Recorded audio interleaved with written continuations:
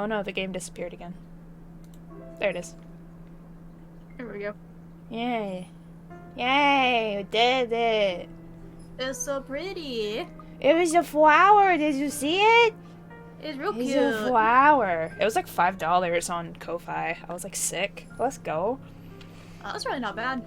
I know, there were some free ones, but I feel like the flower fit my aesthetic better, so I went with the flower. It was $5. I might have you send me that link later.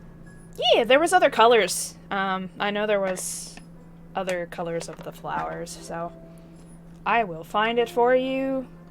Just remind me after stream. Let's see if I remember in an hour. Well, it might take us longer than an hour. We actually don't know. Alright. So we're back with the letter, part 12. It has been 3 months. So what we remember is probably about the same as what everybody else remembers. I definitely remember the end of it. Yeah, well, yeah, we kind of killed Ash, but I also killed Zach. That was my fault. That was my decision. But you know, I thought I was doing the brave thing. Turns out the brave thing sucks. It sometimes gets you killed. Yeah, it do. But yeah, and we made the wrong decision and decided to punch Luke, and apparently that got Ash killed somehow, which was a very jarring turn of events that I was not fucking expecting. I was like, basically, how? Oh, let's shoot him, and then javelin. And then boom, dead, and I was like, excuse me? Excuse me? Excuse me? Where's the chat box? I think I need to move it back over. Hi, Lucian. Thanks for the lurk. Oh, yeah, I gotta move the chat box back over because... There it is. I was playing Safika's stream layout the other day for Stray, and, that's right. the stream layout is on the other side, so I have to switch it back over. You all ass backwards. Mm-hmm. Yeah, I didn't realize having the stream layout on the opposite side would be a problem, but apparently it's a problem. It's fine. How dare you? Okay, so we are on Luke's route now, and I think we looked at his thing last time. Lucille! Yeah, I remember Lucille. Yeah. Of course he's a fucking Leo. Oh, we just missed his birthday. I don't care. I'm not upset about it. I'm not upset about it either. He's almost my height. He's actually taller than me by 1 freaking inch. I can't believe he's done this. How rude. Well, at least you can look him right in the eye when we Mr. Sir, listen here. Is he the tallest character? Who's the tallest character? 5'5", 5'5". Oh no, Marianne. Marianne's taller. 5'11". No, Zach is 6 foot. Oh yeah, I forgot Zach was so damn tall. HahnAraa is 5'7". Isabel's the shortest. So Zach's definitely the tallest, and then Marianne is very close behind him. Atheist. High school dropout. I know you're taller than him, Lisa. You're taller than like everybody. But it's okay. High school dropout, of course. Privately tutored. Likes bread pudding. I also like bread pudding. Bread pudding is good. Prostitute son. Oh yeah, and then he got, a businessman sought him out. Yeah, I remember. Yeah, his biological. And then he would have been bankrupt if he hadn't married HahnAraa, and then he married HahnAraa, and now he's a dick and not good to her at all. I don't know why HahnAraa still likes him. I mean, she's kind of carrying his head. Yeah, but he's still an asshole to her. Yeah, well, she doesn't have to stay married to him, but she can't get away from him now forever. Yeah. Actually, isn't she having twins? Yes. Oh, she's royally fucked. Oh, she's damn. Poor Hana, she's stuck with him forever. Help. Well, not one, but two. Oh god. Offspring. So we're gonna be playing as Luke, which is our least favorite character if you haven't already guessed. We hate this motherfucker. He's so rude, he's racist, he's freaking sexist, and I'm pretty sure he's homophobic too, but I don't know. But like, he's like a freaking just white bigot, and I hate him. I hate him. Oh, the white rich asshole. Anyway, yeah. Let's speedrun this fucking route. Let's go. Let's go. To say that I'm scared of what's happening is a gross understatement. Trouble of any sort is the last thing I want to get home to after a long day at work and a trip to the bar. When I see Hana near prostrate, I can only feel dread. She twitches and sees his body wound and coiled tight before thrashing, shuddering, and shaking. Oh my god. Like a woman possessed, her mouth falls open and her eyes roll to the back of her head. It has the hallmark signs of a seizure. The symptoms are similar enough. Possession? And hope. And that knowledge, the fact that I know this, only makes me feel worse. Have fun with making him the biggest tool you can.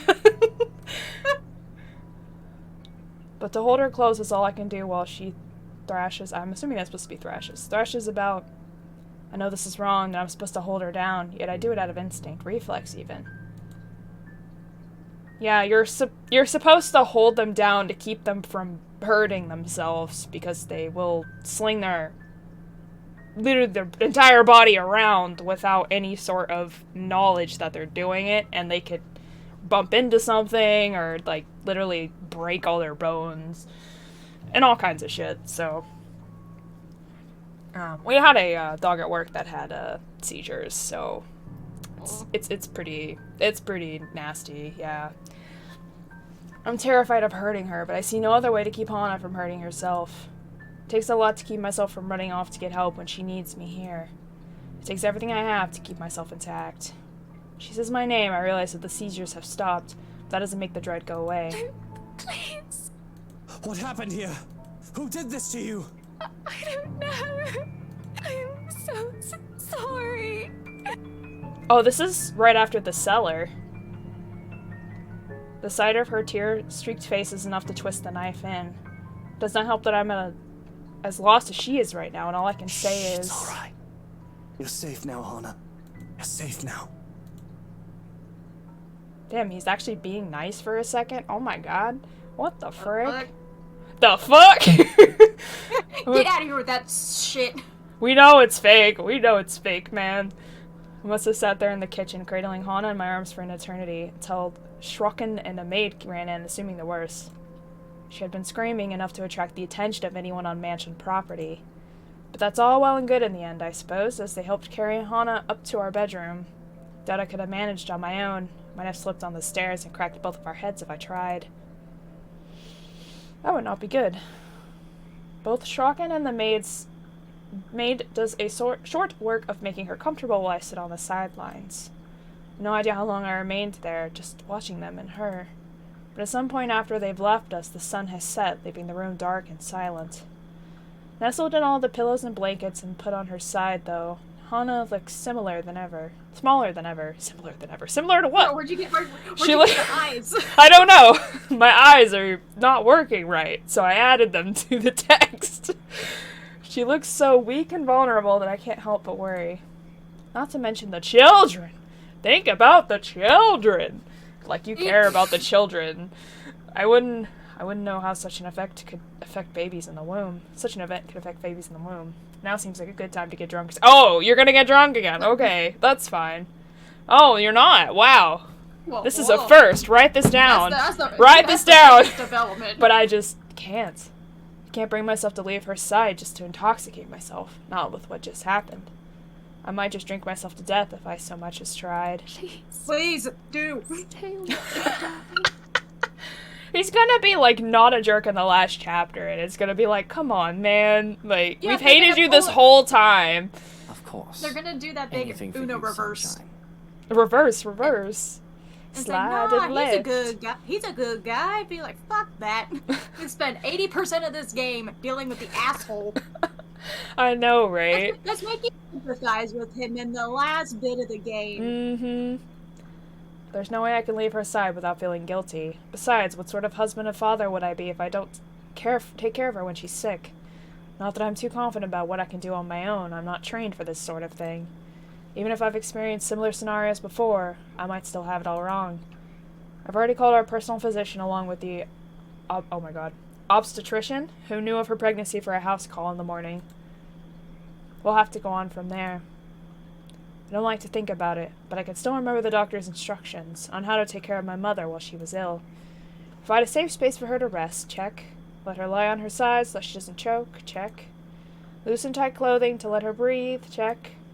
Keep calm and don't panic. Well, I'm having a bit of trouble with that one, aren't I? Do you want any water? Something to nibble on, perhaps? I can call for something to be brought up. Soup would be good, right? I'm fine, Luke. Don't you worry. I'm just a little sick, but I'll get better. A little? Full-on fucking seizure. A pained look crosses her face, and more than anything, I wish I could take away the pain she feels now. But to be honest, right now, she needs to freaking sleep. Yeah, just pass out. Having a seizure, like, losing control of your entire body, and the, like, what she experienced down in the cellar, like, she needs to freaking sleep. When she beckons me to come closer, to hold her in my arms, who am I to say no? Oh. Her body still quivers, tiny shakes that make my heart feel like it's going to stop and give every time they happen too much. I take care to give her room to breathe, no matter how much of an uncomfortable position it puts me in. Her scent is enough to bring me at ease. Golden flowers, marigolds, buttercups, and daffodils. Damn, she's got a lot of flower scents. Yeah. I'm not sure if she smells this way because I surround us with them when I can, or because she's wearing the perfume I gave her last Christmas. There we go. Now, are we comfy? She nods her head weakly, a smile barely making its way on her lips. I'll be ready to fill any request she has, anything to make this easier for her, anything to make her happy. But when she next speaks, I can feel my breath catch in my throat. Sing me a lullaby. A lullaby? Of course. Oh of my course. god, he's gonna I can sing. do that. Help. Oh no. Oh no. No, I've done so many things in my lifetime that would justify a horrible end. But not Hannah, she doesn't deserve this. This is all far too horribly familiar. So I think why he's so nice to her is because she reminds him of his mom. To find myself in bed, clutching reverently to an ill-beloved, wishing it isn't real and hoping it doesn't get any worse. But he's like an asshole to everybody else. And he's a bitch to her a lot, too. Like, but he has a small softness for her. To find myself screaming at a god I've long abandoned and forgotten. Not her, not again. Take her and you will bloody rue. To have a lullaby shared so that we can forget the pain and the fear. Hush, my darling, Oh my god. don't say a word. I'm gonna catch you a mockingbird. This song actually makes no sense. It's like, oh, you're trying to get to sleep? Well, let me go get you a bird. And then let me exchange that bird for something else if you don't like it. And then let me exchange it for something else if you don't like that. He was like, we'll just keep going. You'll It eventually doesn't make notice. sense. It's a counting sheep. I'm like, Jesus Christ. I can hear her breathy laugh, though she doesn't tell me to stop. If this amuses her, then that's fine. But her breathing soon evens itself out. A good thing, too. And before I know it, she's fallen asleep. And if only it would be as easy for me. I certainly don't envy her, but I don't particularly like how my mind runs right now. Battered and frayed, clutching at straws and asking myself if I'll really let myself fall apart in this moment. It's alarming how just the thought of losing her could break me, pregnant or not. And if that mockingbird don't sing, I'm gonna get you a diamond ring. It's like, if the bird dies, you know, I'll get you a diamond ring that's worth freaking how much money? Like, Let's go from a bird that we found outside to the highest price fucking Wait, piece of jewelry in a jewelry store. I've already lost my mother, the only other woman I've truly loved in my life, and without knowing them as a young man, that wounded a great part of me. I'm aware now of how scarred I am the lack of a better term. If anything ever happens to Hana, well, I don't know what I'd do after the fact. Would the loss drive me insane? Would I become mad and swear bloody vengeance on a world that deserves less than her? Would I end up drowning in sorrow and guilt until I end up drinking one night and figuring a bullet is a good way to go? Or perish the thought, would I become like my father, one who had no further love for anything? Not others or even objects herself. I mean, you're kind of almost there already, buddy. Yeah.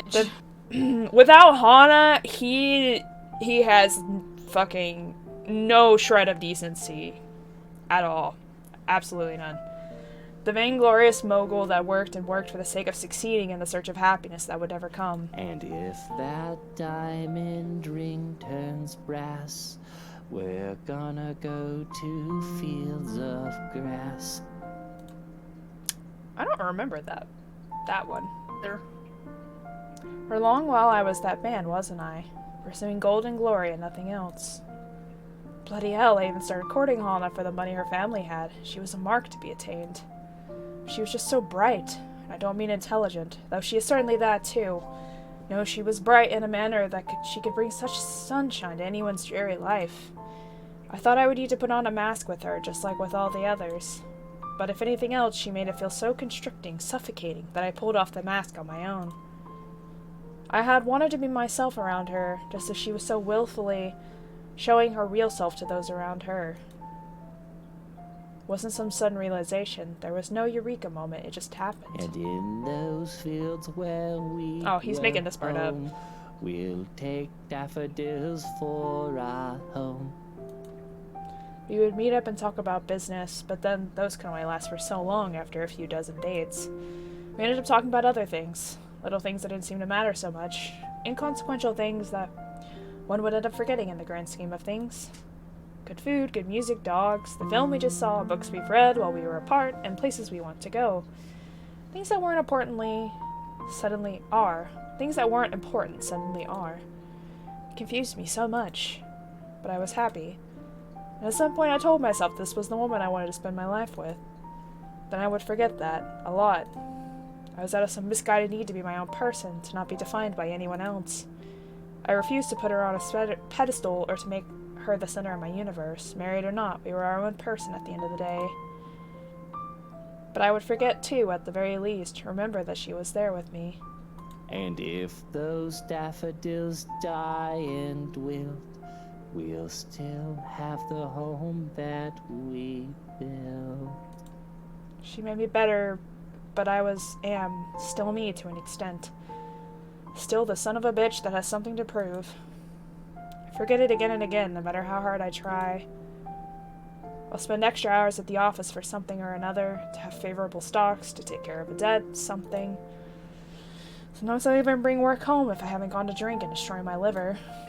I'll flaunt the riches, some of which aren't even rightfully mine in the first place, and lord myself over everyone else because I fucking deserve it. Because that is how I prove myself. And I don't even have to prove myself to Hana. Sometimes I wonder, had we met under different circumstances? Had I grown up a different way? Would all of this be any better? Would we be any happier? Good night, my sunshine. Now there's a thought. Honestly, I don't think so. Because he's chosen to be this way despite his circumstances. Oh, there's that scene. So the whole time, look, talk about this asshole, how much of a dick he is. And it's like, oh, let's go ahead and make you feel sorry for him right off the gate. Right. Like, what the fuck? This is right before they broke into the Realty Corporation, yeah. Mommy, what happened? Oh, it's you little were Luke. wiggling and shaking, Widow. and you wouldn't stop even if I was shouting. Throw me. I'm so sorry I shouted at you, Mommy. Throw me off of hearing his kid voice with his adult picture. Yeah, I know. Don't you worry. Mommy is just a little sick, but she'll get better. I think that's Mary Ann's voice actor. I've got a new job now, and I can get medicine again, okay? And we'll buy some bread pudding, too, while we're at it. Please like it. don't do that I think it again, is. Mommy. It's scary. It's okay. I'm here. You've got nothing to fear. But you have to be brave too, Lucille. Even when I'm not around. Be brave. Oh, I don't like the heartbeats. I don't. Stop it! Ugh. I choke back a scream and wake up in a cold sweat. With my heart pounding in my ears, it takes a while to remember where I am. Oh, stop that shit. Oh. In the dark and cold of the room, one can't fault me for feeling ill at ease. It isn't as bright as the penthouse and the renovations did. Wait, what? It isn't as bright as the penthouse and the renovations did little to change how old it feels. I'm not sure what that statement's supposed to mean, but okay. We've been here for less than a week. It'll take a bit more time to adjust. It's hard to feel cozy, though, when I'm bloody freezing. Nudging the lump of fabric next to me, I sigh. It's cold. Don't hug the sheets, HahnAraa. She always did this, though it hardly bothers me. Growing up, I was lucky to have something to use as a mattress. I'm not the one who grew up accustomed to Egyptian cotton with a thread count of 800. Besides, the warmth that HahnAraa exuded on her own is usually enough to keep me sleeping through the night. Oh no. HahnAraa's not the one in the bed, is she? I don't think so. Oh no. Hiya, boy. The temperature tonight must be something else with how chilly it is right now. I must be considerate. After all, the poor dear is ill. Though I loathe to think about what had just transpired. Don't make me pull those sheets off you. That blanket is large enough to cover an elephant. You'll need to share. It takes a while. What was that, honey? Apologies. Oh. I'm just in the loo, so if you can give me a moment. There's no sign that they'll be moving where they lie. With care, I go for a knife hidden under the side of my bed. It would be foolish of me to instigate anything while I'm unarmed, after all. To pull back the covers would be a more difficult affair, because reaching out to uncover who was underneath, I had to prepare for anything and assume the worst. If I so much as see the muzzle of a gun, there's going to be a murder tonight. I know they say not to bring a knife to a gunfight, but I think I can sink a blade into his liver faster than he could point and aim. That's true. In close combat, a knife is actually better. But in long-range combat, obviously a gun is better. I see the rise and fall of the sheets, though I could easily be mistaken as the fault of the breeze. I hear their breathing. A great sense of foreboding comes over me, making me hesitate with my plan. Oh no. I should just get HahnAraa and myself out of here, not look back and let security handle it. Yeah, security's gonna handle the ghost bitch. Uh-huh. That's what they're there for. I mean, you got some nice security, but I don't think that's gonna work. He means Johans. That's yeah, the he's fucking god. He's the only one that would be able to handle, but even in this case, like, I don't think he's gonna be able to kill her. Or maybe I should just man up. There's no way I'm risking the chance that inaction would put HahnAraa in danger. What's the worst that could happen, right? I've no reason to be afraid. There's no boogeyman under the bed, no monster in my closet. If anything, these things should be afraid of me. Right? Right? Famous last We words. right? I grab a fistful of sheets and throw them aside. Nothing. Oh, nothing was there, of course. Of course Damn. nothing was there.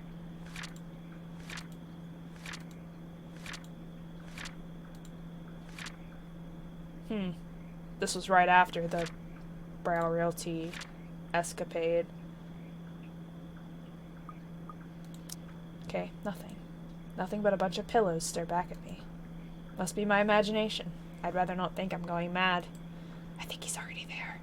Could very well be the stress getting to me, all this drama with HahnAraa. Of course, we don't know if he's seen the ghost bitch yet. I don't think he's mentioned it. I've been doing well all these years, all things considered. I guess I do have a breaking point. But still, the word goes on, even if one cannot, and I must go along with it. Suppose a day off or two tomorrow wouldn't hurt. Rest, aside from a few hours of sleep, will be welcome. More than. But I can't shake off the unease. I dare say that I feel afraid, irrationally so, that something will come creeping and crawling from under the bed, even as I lay back down and close my eyes. Okay, day change, let's go. The odd dreams don't linger, thankfully. But with the morning comes another disturbance. Both too loud and too sharp for my tastes. Oh no. And I have very fine tastes. Do you? When the piercing rings of the doorbell reaches even the bedroom, I'm very much inclined to think the person who built this place lacks any sense of it. Perhaps the only good thing is that this is the ruckus has chased away the needling guilt from last night's commotion, if only temporarily. Still, it's a bloody annoying distraction. It's actually kind of interesting that you could hear the doorbell from upstairs. It's a big house. Yeah, it's a big-ass house, so that's pretty impressive. That you'd be able to hear the doorbell from all the way up there. Imagine how loud it is Yeah. at the door. I can tell already that it is going to be a long day. It hasn't even started. Before the racket even lasts another minute, I'm peeling myself off the bed and heading straight for the main door. There will be a murder today if this doesn't let up. How quaint. It seems everything in this blasted universe is intent on getting in my nerves as of late. Gordon Bennett! Only a Nancy would knock at such an ungodly hour! Who's Gordon Bennett? In this first place, I shouldn't be the one doing this. This is why I hired a valet, for fuck's sake. Where's that damn butler when I need him? Be honest, if only for today. With the mansion this quiet at this hour in the morning, it's easy to believe those little ghost stories might be real. But the only horror here is the news Hannah has brought forth yesterday and the very idea of me being a father. Oh, that was just yesterday! Neither the deafening silence nor the biting chill spreading across every room in this place. My wife is pregnant. Bloody bollocks. There's no place for fear when another set of problems already burns that fuel. So I wait for another second. When no butler still answers my call, I simply yank the doors open myself, perhaps with more force than needed. It's Zach! Before he died. Maybe you should be appropriate. That's been forever ago. Maybe you should be appropriately there, considering the person on the other side and the hour he dared appear on my doorstep. Oh, this was this scene where he was like yelling at him to leave and Just stuff. like banging on the door. Yeah. Even someone with half a brain knows not to disturb anyone this early. Brief confusion quickly gives way to anger, and before the bloody photographer can even get a word in, I'm hurling venom at him. It's less than he deserves, really. Ouch. Hannah will disapprove, scold me for treating the photographer with such disrespect if she hears me right now. She seems fond of him after all, despite meeting him only once or twice. He's merely doing his job, she'll say. But she's not here, isn't she? What she doesn't know... You? How the hell did you get in here? What in seven hells do you want? It's bloody 6 in the morning! Listen, sir, I know this is not a good time. Oh, it's not a good time. Did you even check the clock before coming here? I bet you didn't. This is still my home. Oh yeah, he went to go tell them about the photographs, right? Because he was gonna try to warn them, and then he opens the door and it's Luke's like freaking pissed as fuck, and he doesn't get to tell him anything. This is still my home. My rules don't also apply to this place as much as Hannah's do. As simple as that. Unlike you, the ones living in this house need to sleep. And he's like really riled up about what just happened yesterday. Didn't a fog or something on him when this happened? Did it fog? Like a black fog on him? Oh, on Luke. Yeah, like a shadow or something he saw. I think so. Just so happens it's also a person I won't ever take a liking to. No need for remorse. Come back when people are actually awake, or I'll call security on you. He continues shouting even as I slam the door in his face. Some nonsense about the news lately, though I don't understand most of it. However, with the closed doors muffling the better part of it, no ears to listen, his tirade doesn't last too long. Eventually he leaves and silence once again fills the room, as it should. In hindsight, maybe I should also call for psychiatric services. He certainly sounds mental just screaming like that. Well, we're all kind of crazy these days. A suspicious man like him left roaming the immediate grounds? Nothing good can come of it. But if his presence will indeed bring a problem, a sign of bad things to come, I'll probably know soon enough. Worst comes to worst, Shrucken will take care of it if need be. It's what I'm paying him for. Oh, is that Johan's last name, I guess? In the meantime, the bigger problem at hand. It's on a whim that I've chosen to cook. Oh, he's gonna cook. Alright. That's probably gonna look like shit. It's just a burnt egg on a plate. Like, here you go. It's literally just like so burnt, it's just that black mass on it. Oh. Like, look, honey, I tried to make you breakfast. It didn't turn Well. out so good, but I made it out of love. In a crispy heart shape. Delicious. Sure. Yeah. Reflects his heart perfectly, just black and charred and nothing left. Sure, I have a lot of other things I could have done instead, but cooking distracts me, and I do find it relaxing on the rare occasion I step up to the task. Oh, damn! He couldn't even crack the eggs. He just it is a Brit thing. They have eggs or beans a lot. Yep. Yeah, beans and toast. Beans and toast, yeah. On the tray, 2 plates of roti paired with spicy beans, boiled eggs, hash brown, and bacon, topped off with peppers, courgettes, and akis. I don't even know what half of those words mean. Where's the bacon? Where's the fucking dictionary? I don't even, why would you have so much spicy stuff in the morning, too? Like, I feel like that would upset my stomach so early. It's because it's so cold in Britain. That's how they warm up. I guess. They yeah. burn themselves in the morning. I still couldn't handle it, even if I was cold. I can't get back to sleep after my abrupt awakening earlier. Though I did think about drinking to get some 40 wings, I've changed my mind at the reminder that my very pregnant wife is sick in bed. I love my alcohol, no doubt, but there are times when even I shouldn't drink. Now he's getting unconscious. As it is, I'm running on nothing but 2 cups of coffee. Before I can even shake HahnAraa awake and present her what I've prepared, a knock interrupts me. Leaving the tray on the table, I open the door to be greeted by none other than Shrocken. The sight of his grumpy face is enough to dampen my good mood, and I can only follow when he gestures toward the hallway. I have questions as to why he would bother me at this hour in the morning. By going by the grim, or rather grimmer than usual air about him, it must be something serious. The man stands there as relaxed and as cool as can be, but his eyes hold an intensity that promises nothing but trouble. This is probably when Zach broke in. I do hope I wasn't interrupting anything. Well, I have plans. Sleeping in is Was one it of them, too. this early, or was it Apparently, later? The world conspires Well, I mean, against me. He just knocked on the door. But I don't remember if he left at that point or not.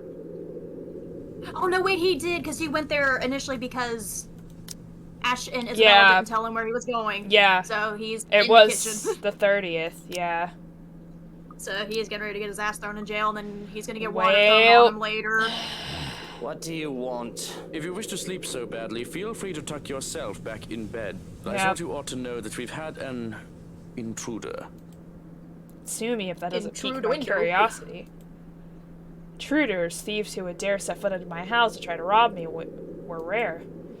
If they had any form of experience, they'd have an idea not to mess with the rights, no matter how tempting our riches may be. That did not mean attempted robberies did not happen. What was strange about this one is the fact that Shrocken thought it was important to bring to my attention. Oftentimes I deal with pests because I wouldn't really care how they take care of it, so... This needs my attention, why? Are they any danger? Actually, I think I'll let you be the judge of that. He's down in the parlor. Come on. I glance at the bedroom door, hoping to goodness that HahnAraa will remain fast asleep before following him downstairs. No breakfast for you, sir! Through the foyer. Into the parlor where a familiar man sits unconscious, tied up to one of the chairs. I thought I heard something scurrying around. As it turns out, it's a giant rat. And one that had pretended to be a harmless mouse, too. And he's still alive, isn't he? It's hard to tell with the way his body is so still, breathes too light. But it is there, the subtle rise and fall of his chest. Its presence lets me breathe a sigh of relief. Death caused by one of my men is normal, to be expected, really. Okay. Gee, have a They just freaking kill intruders on sight, like, damn. dead body, I can Oh deal my with. god! Like, It'll just be one of the many I've seen, but if one turns up while the missus is at home, I'm not too thrilled with the idea. I saw no reason to do more than incapacitate him. So yes, the man is still alive. For now. Of course, that can be remedied if you wish. No, this is fine. He wasn't trying to kill us, was he? This is fine. If he was wholly unprepared. But I do not think he had such nefarious purposes. Even he thinks he wasn't, like, being mean. He is a big man, but he seems too soft to be a hired killer. A common trespasser or petty thief, maybe. Certainly nothing more. If a petty thief dares to try anything against me, people are forgetting their place. He's to be made an example of. A guy slacks off for once, and everyone thinks they can get away with taking advantage. His thieving ways is going to be the one-way ticket behind bars. It's only as my anger washes away that I realize that the sun is starting to rise off into the horizon. I can only feel annoyance at myself for missing another night of sleep. Call the police then. Let them round him up and bring me some bloody coffee while you're at it. Thankfully, he leaves me to my own simmering as I take one of the free seats. While waiting for my drink, I find myself staring at this man. Oh boy. Oh god. I can see why HahnAraa took an interest in I him. was talking with Zachary, the photographer for Luxury Living. HahnAraa's nice, but that doesn't mean she befriended every John and Jane from the street. He was a perfect gentleman, Luke. I can't say the same for you as of recent. Look at the man you call a perfect gentleman now, dearest. Look, Luke. Nothing will happen. You have to relax. It was just a friendly chat. A friend who takes advantage of someone who has shown them kindness. What do you mean? Truly, such soft hearts could not survive in the world for long. HahnAraa is always so lucky that I am here for her. Who better to protect her from monsters than the worst of them all? As it always does when I'm in such a situation, the power I wield hits me like an unnatural high. Something else when I can hold a man's life in my hand without resorting to murder. A person is as good as incarcerated the moment I send them Harvey's way. This makes me wonder if I can make Luxury Living grovel, beg for my forgiveness because of the crime committed against me by one of their staff. The crime! The audacity! Deep in my thoughts, stuck in the power trip that rushes through me, I barely notice we have company until Shrokin puts a cup of coffee in my hand. Officer Carl and his colleague are here to collect. They'll want your statement. As he says, there are 2 officers by the door, though I can't even bother to spare them the slightest glance before looking back at the unconscious gollywog. If they need my statement, I'll give it to their chief. I'm due a visit to a good friend anyway. After my coffee and a bit of breakfast, of course. Once I've been breaking my fast and after a cool shower, I call for Shrokin to drive me to the police station so I can give my statement. Through it all, HahnAraa still slumbers, sleeping off whatever illness has taken her. Wow, she's sleeping a lot. They arrived at the precinct in a quiet affair. I guess it's still morning, technically. Just feels like a lot has happened. Okay, there's the chair.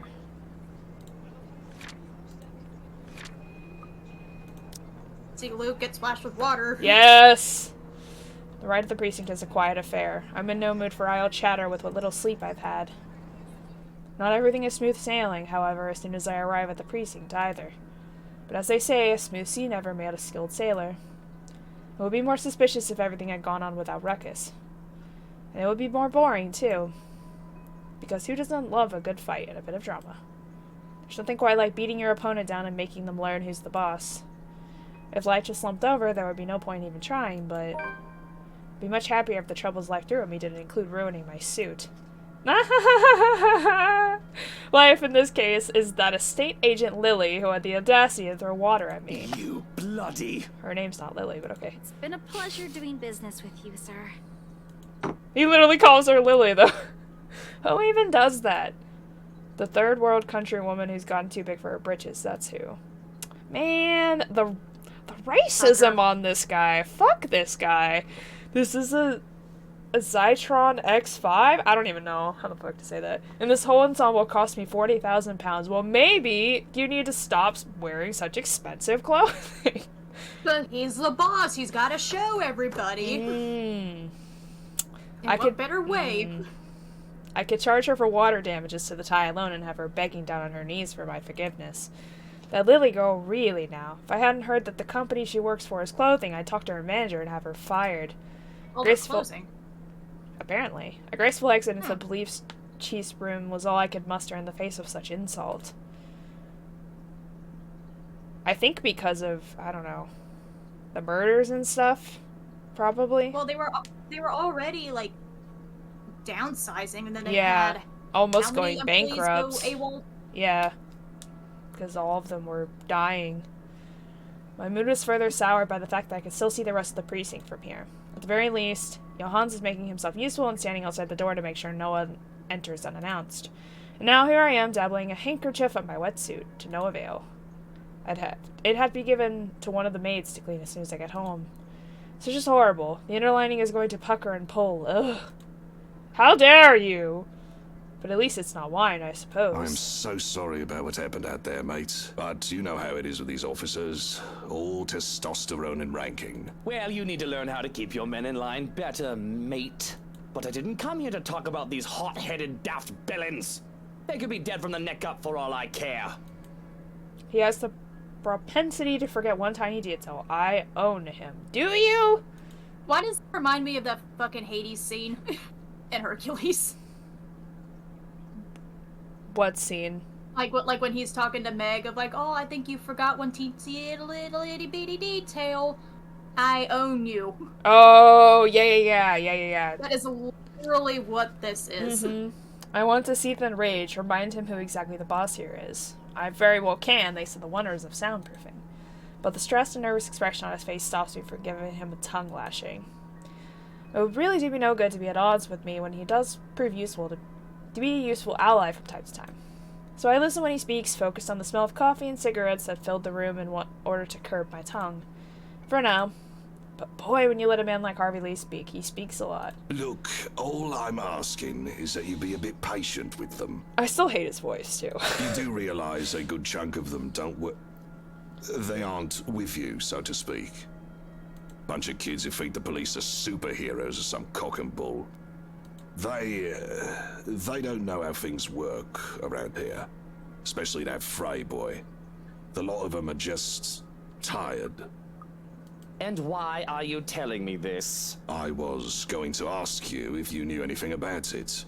Perhaps one of yours know. There's been a string of unfortunate incidents as of late.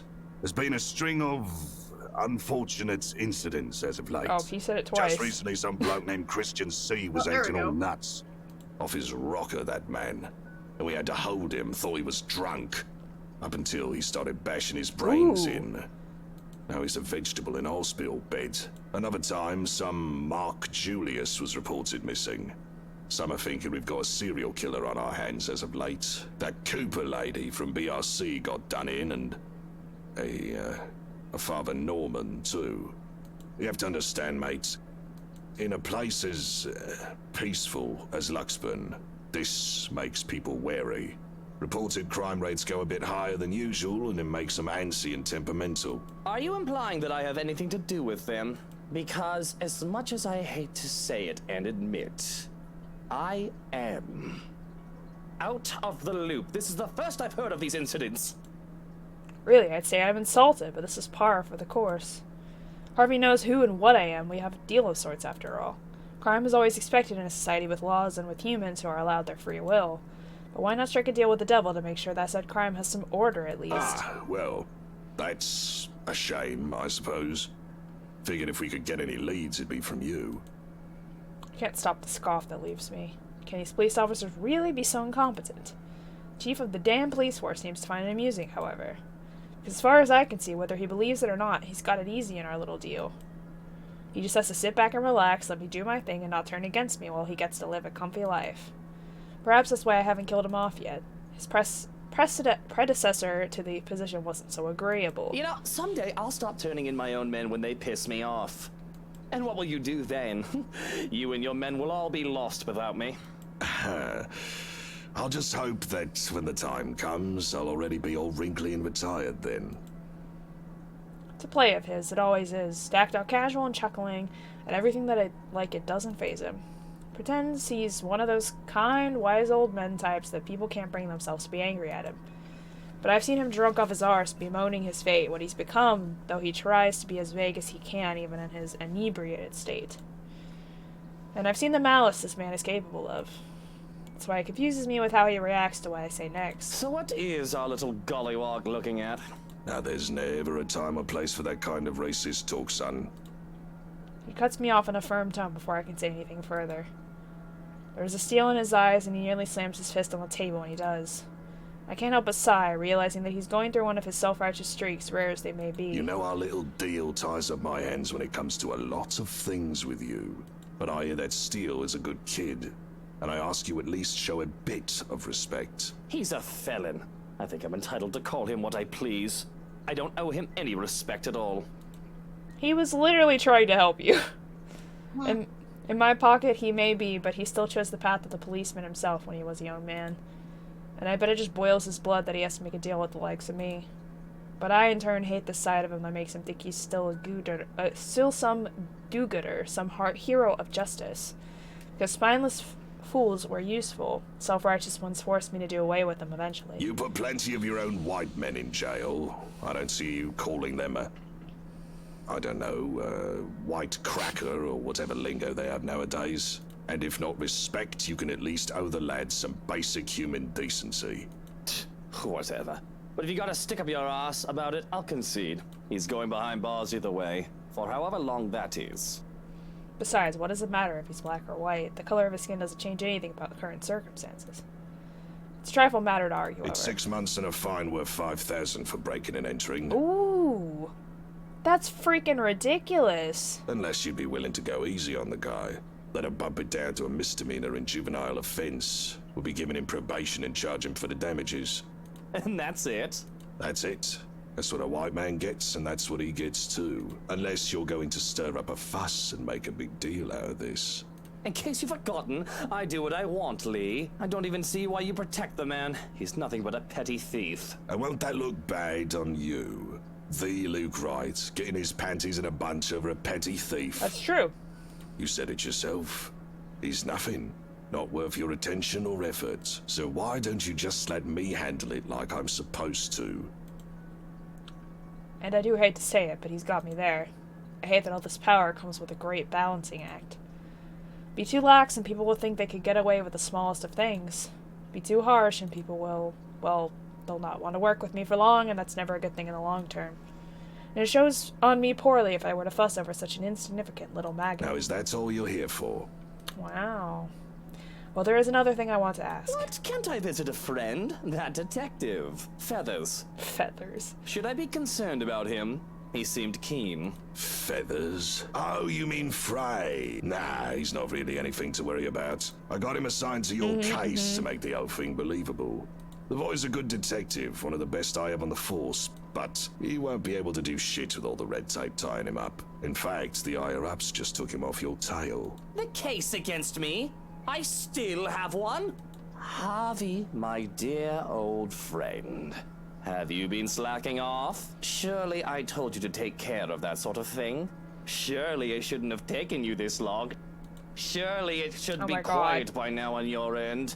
They shouldn't be assigning anything to what's supposed to be a cold case. I doubt you've got anything to really worry about unless you go out there and announce the shit you've done. They don't want to accuse the most powerful man in Luxburn without being 100% sure about things, of course. Well, he goes about it so nonchalantly. But it's because of that company problem Suarez's been talking about. Can't believe that's still a thing.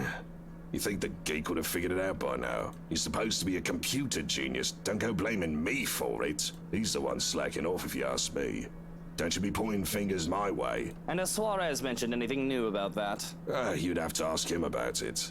You know I don't understand half the technical computer mumbo-jumbo the guy goes on about. It's like the guy speaks a whole other language. Which, technically he does, but you know what I mean. Yes, I suppose you have a point. Very well, if you haven't got anything else useful for me, I might as well head home. Get some bloody peace and quiet. Could have some tea, maybe with some whiskey and a nap, and I'll be right as rain. At least one of us should get some good R&R, because it's not like Harvey isn't going to get any. Especially now that his darling wife has left him. Oh, she did leave him. Oh yeah, I was wondering why they didn't talk about that. I'll be making him busy, as punishment for his slacking off and for her disrespect, too. Really, I pity the poor old man. Maybe I should send him a gift basket. Perhaps more caffeine and smokes to help him along with his bad habits. Before I can leave the precinct, however, a shoulder bumps into mine. I wait for an apology, and I wait. Excuse me. Oh, this guy! Oh, There's a twitch in God. my eye that I can't hold back as I look at the rude old bastard. Well, what's he doing there? I don't know. We haven't heard about him since, Since Rebecca went to the yeah, library. when Rebecca went to the library. Especially not when all he does is look back at me as if this is the first time he's seen me. I mean, he talked to Ash on the phone, but I'm not sure if that was before or after the library. Yeah, but did Ash mention Zach being arrested to him? I don't know. Was that before? No, I think that call to him was before he got the call from the precinct. Yeah. I don't even know if he knows anything about Zach. I don't think he does, so then that... So he's here for another reason. I don't know. As if he hadn't just nearly shoved me over with his big lump of a body. You're excused. Ooh. The way he says it. The way he looks at me. Oh, he hates Luke because of shit that happened. No. Yeah, I forgot about that. There was something going on with him. Old restaurant they had, Luke bought it, burned down in a fire, killed his wife. Oh, yeah. So he blames Luke for his wife dying. And that's the cold case they're talking about that keeps, like, bringing it up, I'm pretty sure. Yeah. So maybe that's why he's here. He leaves me feeling so cold, and I have this gut feeling telling me I should know him. But he doesn't even let me get a word in when he disappears through the door. A bloody wanker. Huh. Why was he here, though? That's weird. Oh, that was that. Remind me, did we have the priest, like, very early on in the game? The priest? Yeah, because we had, like, an option to, like, when we started talking about, like, oh, the whole letter thing of, like, either talk to somebody about it or, like, go to a priest. Or... I'm pretty sure it was pretty early. What was that? Oh, the priest, like, blessing the house. There it is. Oh, yeah, he said... Father Norman, who apparently is dead now. Yeah, he said so Father how the fuck did he die? That was the 22nd. I have no idea. We're missing so much shit. Help! Stepping out from the chaos, I let in a breath of fresh air, or as fresh as it gets to get in a city. I do hate going to the precinct. It's a fucking zoo filled with animals, people who step in included. But it's not like the city is any better. Humans are just a higher form of animals, after all. We all delude ourselves into thinking otherwise. And I call up the car to take me away from it all. Though I can't bring myself to step inside the house when I do get home. Hana still rests, I assume. I hear nothing to say otherwise. How can you tell if you're outside the damn house? I hear his big-ass trash bag of leaves again. There it is. Not her voice or her laughter, which will easily fill any space with cheer. Everything is quiet, other than the hum of engines from the car being driven. And then that bag of trash. Bag of leaves. A bird's cry sounds off from the garden, snapping me out of my reverie and makes me look in that direction. It's an easy decision to go there. Hana's resting, recovering from sickness. I don't want to disturb her with how agitated and annoyed I am underneath the surface. No matter how well hidden, I can keep it. Not to mention I've been neglecting the garden for too long. Might as well stay put out here for the time being. Gray skies loom over the horizon, though the sun fights for every precious minute it gets to stay. Oh, pretty music. It'll rain again soon, with the wind bringing along the gloomy clouds normal to Luxburn. Until then, it doesn't hurt to be out here for fresh air and sunshine. I walk through the gardens, what little of it there is at the moment anyway, and kneel by the daffodils. Pretty! These were the first to be brought here and planted on my request, and if nothing else, they brought it a sense of peace. They were Mother's favorites. Closing my eyes, I lift my chin up to welcome the light that shines upon me. For a minute, I can imagine myself as one of the flowers, peaceful, blooming, and all too happy to stand in its warmth. Life would be much easier if we were all like flowers, wouldn't it? But I didn't step out here to get all philosophical. I have problems much more practical than figure out the meaning of life, after all. Too many things have gone on these past few days. You're telling me! And I want to forget about them, even for just a moment. It's almost All Saints, isn't it? To think I've almost forgotten. Yeah, that's not something we really celebrate, do we? Mm-mm. I speak the words absent-mindedly. The day means nothing to me, as I neither worship the religion nor have any graves to visit. Oh, it's a Catholic religion, isn't it? I can't remember. After all, Mother was never given a proper burial, but it's a date as good as any for me to grieve. It is literally on November 1st. Otherwise, I would have done so every single day, crippling myself and shutting everyone else out. Yeah, I mean, this is, like, literally the end of October, so that makes sense. And we're on the 30th now, so yeah. Well, All Saints Day, it is a day to venerate all the holy men and women who have been canonized by the church. A day later, on the commemoration of all the faithful departed, or All Souls Day, the church remembers and prays for the faithful departed, our brothers and sisters who have died and marked with the sign of faith. So it's like their version of Day of the Dead. Day of the Dead, which is technically Halloween for us, but we don't celebrate it as a Day of the Dead like we should, but yeah. Well, yeah, Day of the Dead is around the same time, isn't it? I think Around so, Halloween? yeah. But, like, Halloween technically is supposed to be a remembrance of that, of the Earth starting to die and turn into winter. So it's remembering the dead and,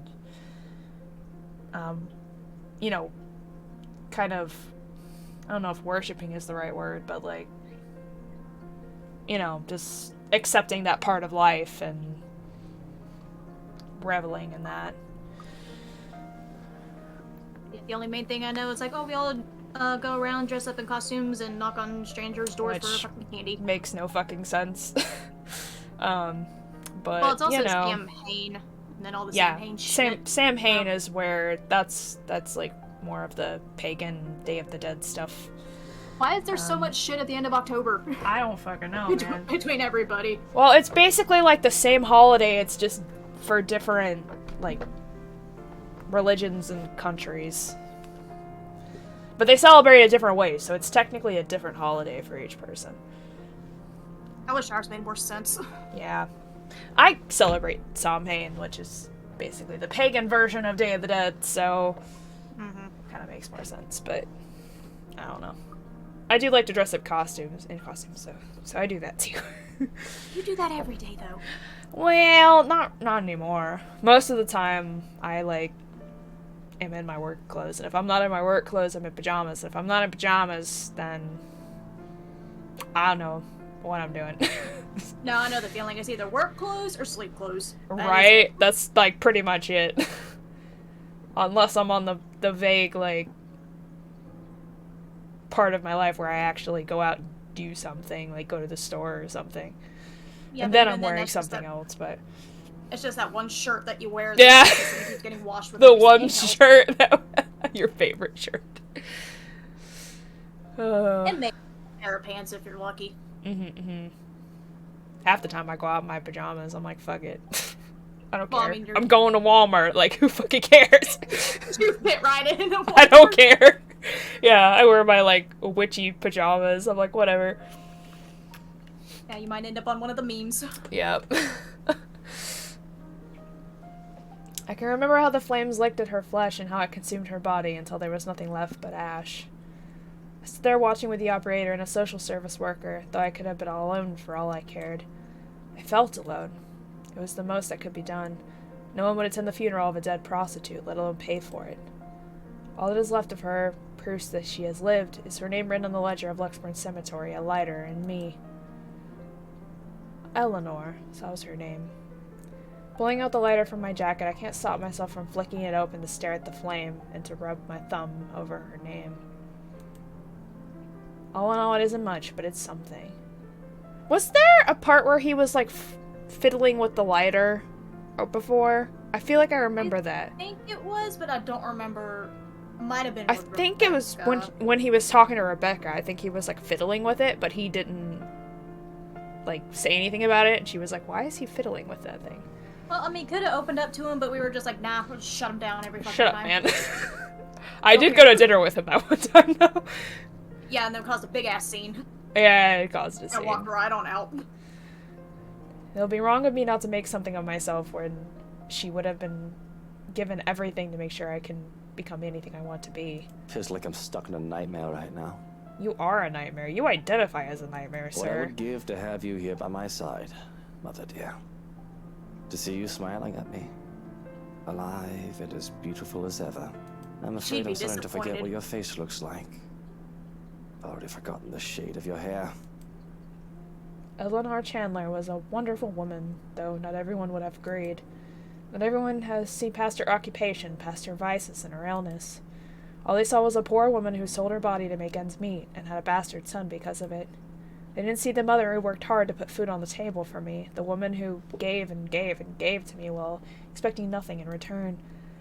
She taught me the merits of hard work, but though I loved her so, I worked hard for myself. I would not be so foolish, so selfless towards people who would never give back. I learned that from the father who plucked me out of an orphanage for his own selfish gain. I pocket the lighter before I can feel the urge to actually set anything ablaze. Considering my close proximity to the flowers, that would be the most likely victim of arson. Just the thought itself is blasphemous. Nevertheless, that doesn't save them from being picked, just enough to make a bouquet of the things in honor of Eleanor. Would you be proud of me if you saw me now, Mother? Maybe. You're always so forgiving. No matter what trouble I got into. More than I deserved. Especially now. It's been a while since I've talked to my mother like this. I've been thinking of both my dear parents far too much, as of late when I shouldn't. I have a future to look forward to and the present to take care of. These memories of the past give me nothing but grief. The life of Lucille Mitchell Chandler should be nothing but a footnote in Luke Wright's non-existent autobiography. It's because of Hannah, isn't it? I worry that she is all too much like Mother that scares me, and the thought that I'm turning into my father is even more so. But even if history is so set to repeat itself, I'm not a child anymore. Content to sit aside, unable to do anything to help, and too inexperienced to think that the worst wouldn't happen. I have money to buy the best medicines and doctors, if need be. She'll get better. She has to. Once we get over this little bump in the road, I can stop worrying. All will be right with the world. Fortunately, my time alone is cut short, though. I think those flowers look beautiful, my lord. The parlor, the room where the lady stays for her tea. It could certainly use some. The voice is not familiar, though I'm not really one to remember such things. Oh, is that the girl? The ghost bitch girl? Whoa, what? What? What? What is happening? Jade, that's her! That's fucking her! But she's not evil and demented! What? This has to be a hallucination then. Or a memory of, like, you know, when the other master was here. I mean, maybe, but... And he's seeing it from... I don't fucking know, man. Going with her attire. I don't... I would say she's one of the housekeepers. She also looks a lot like Marianne, but I know it's the ghost lady. It's the ghost girl. Yeah. Strange, considering I've sent all the staff, but Johan's away. Her face, as pretty as it is unfamiliar to me. Pretty. Pretties? Yes. It would be a lie if I said that I didn't set me on edge. Most would say I cared little for my employees. That isn't entirely untrue. However, I'd like to think I know the people who work for me, especially those who would roam my home, even if it's just a face and a name. Besides, I would remember a beauty such as her. So who is this? If she is someone impersonating a household staff to get in, she's doing a bad job of it. Didn't you get the memo? Are you new? Today is a day off. You aren't supposed to be here. I expect poor excuses and apologies the likes of her often give, but she merely smiles. Oh, no. I've been a servant here since you first came. Huh? And I see no signs of lying nor hear it in her words, yet they can't be true. But I find that I feel like I can relax. She has a sort of smile that makes one's kindness shine through without words or action. Reaches her eyes, filling them with a strange sort of mirth. As if she's just thought of something very funny. What? Okay, so in the last two things that we got from when Zach and Ash died, it basically was showing Lady Ermengarde was like torturing her or whatever, or her lookalike. Is this basically repeating of like what happened and why she hated her so much? You think the dude had an affair with her, maybe? Because she was really pretty. And then Ermengarde, the lady, hated her because of that. And so basically killed her. And tortured her, and yeah. It's possible. Very possible. So are we going through a repeat of that then? And now she's on a revenge kill streak, trying to... I don't know. Maybe that's why she's, torturing Hannah, but also why is she torturing everybody else, too? Well, see, then the thing is, like, with, fucking Marianne, I don't remember if you saw it or not, but when Marianne was, like, in the dungeon and stuff and, like, saw that camera, she flickered and was Lady Ermengarde instead. So maybe in a twisted way, she's impersonating the black-haired chick, making it think like it's her when it's not. For whatever fucking thing, I don't really know for sure that part. My brain is exploding. Oh my god. Oh my god. I'm trying to understand. Oh, there's so much. Okay. And we're not getting all the information either, because we've only 2 people have died, and there's... Maybe more if we can kill Luke. It might make a little bit more sense in the end of this. I don't know, man. I don't know. It reaches their eyes, filling them with a strange sort of mirth, as if she's just thought of something very funny. Perhaps, had it been any other person, I would have interpreted it as a deceitful grin. But the curl of her lips and the shine of her eyes are too soft to hold any malice. She does look so much like Marianne, though. Unless maybe there's like that kind of bloodline or whatever going on. Mm-hmm. She takes my silence as a sign that she can continue. It's not like I feel any urgency to stop her. I'm not really in the mood for company, but I'm not adverse to it at the moment either. Entertaining a beauty like her, even for a little while, wouldn't hurt. Helps that she proves easy to listen to, despite how oddly she speaks. I'm sorry. I apologize. I shouldn't have bothered you. Look at me, talking to the master of the house without even asking for permission. What will the others think? If you'll excuse me, I'll just... Hi, Keijo! I haven't driven you away yet, have I? And it's your day off. I don't see why we can't chat a bit. Of course. If that is what you wish. As long as it does not get you into trouble with the lady.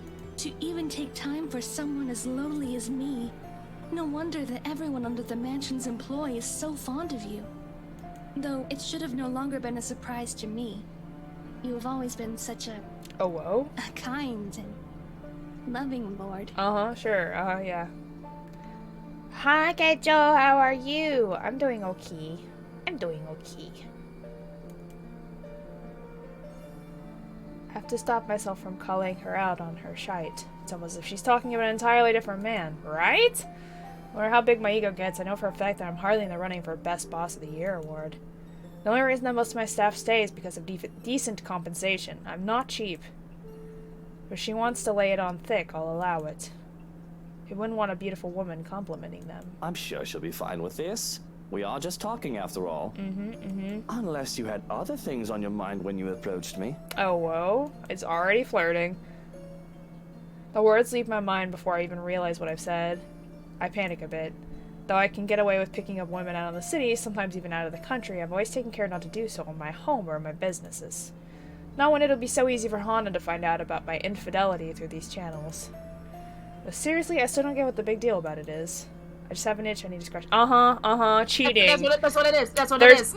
There's nothing fucking wrong with cheating, apparently, guys. I know it must be amusing to see a girl flustered for a man of your stature. But please don't say such things, my lord. Oh, tea time. If you want to hydrate.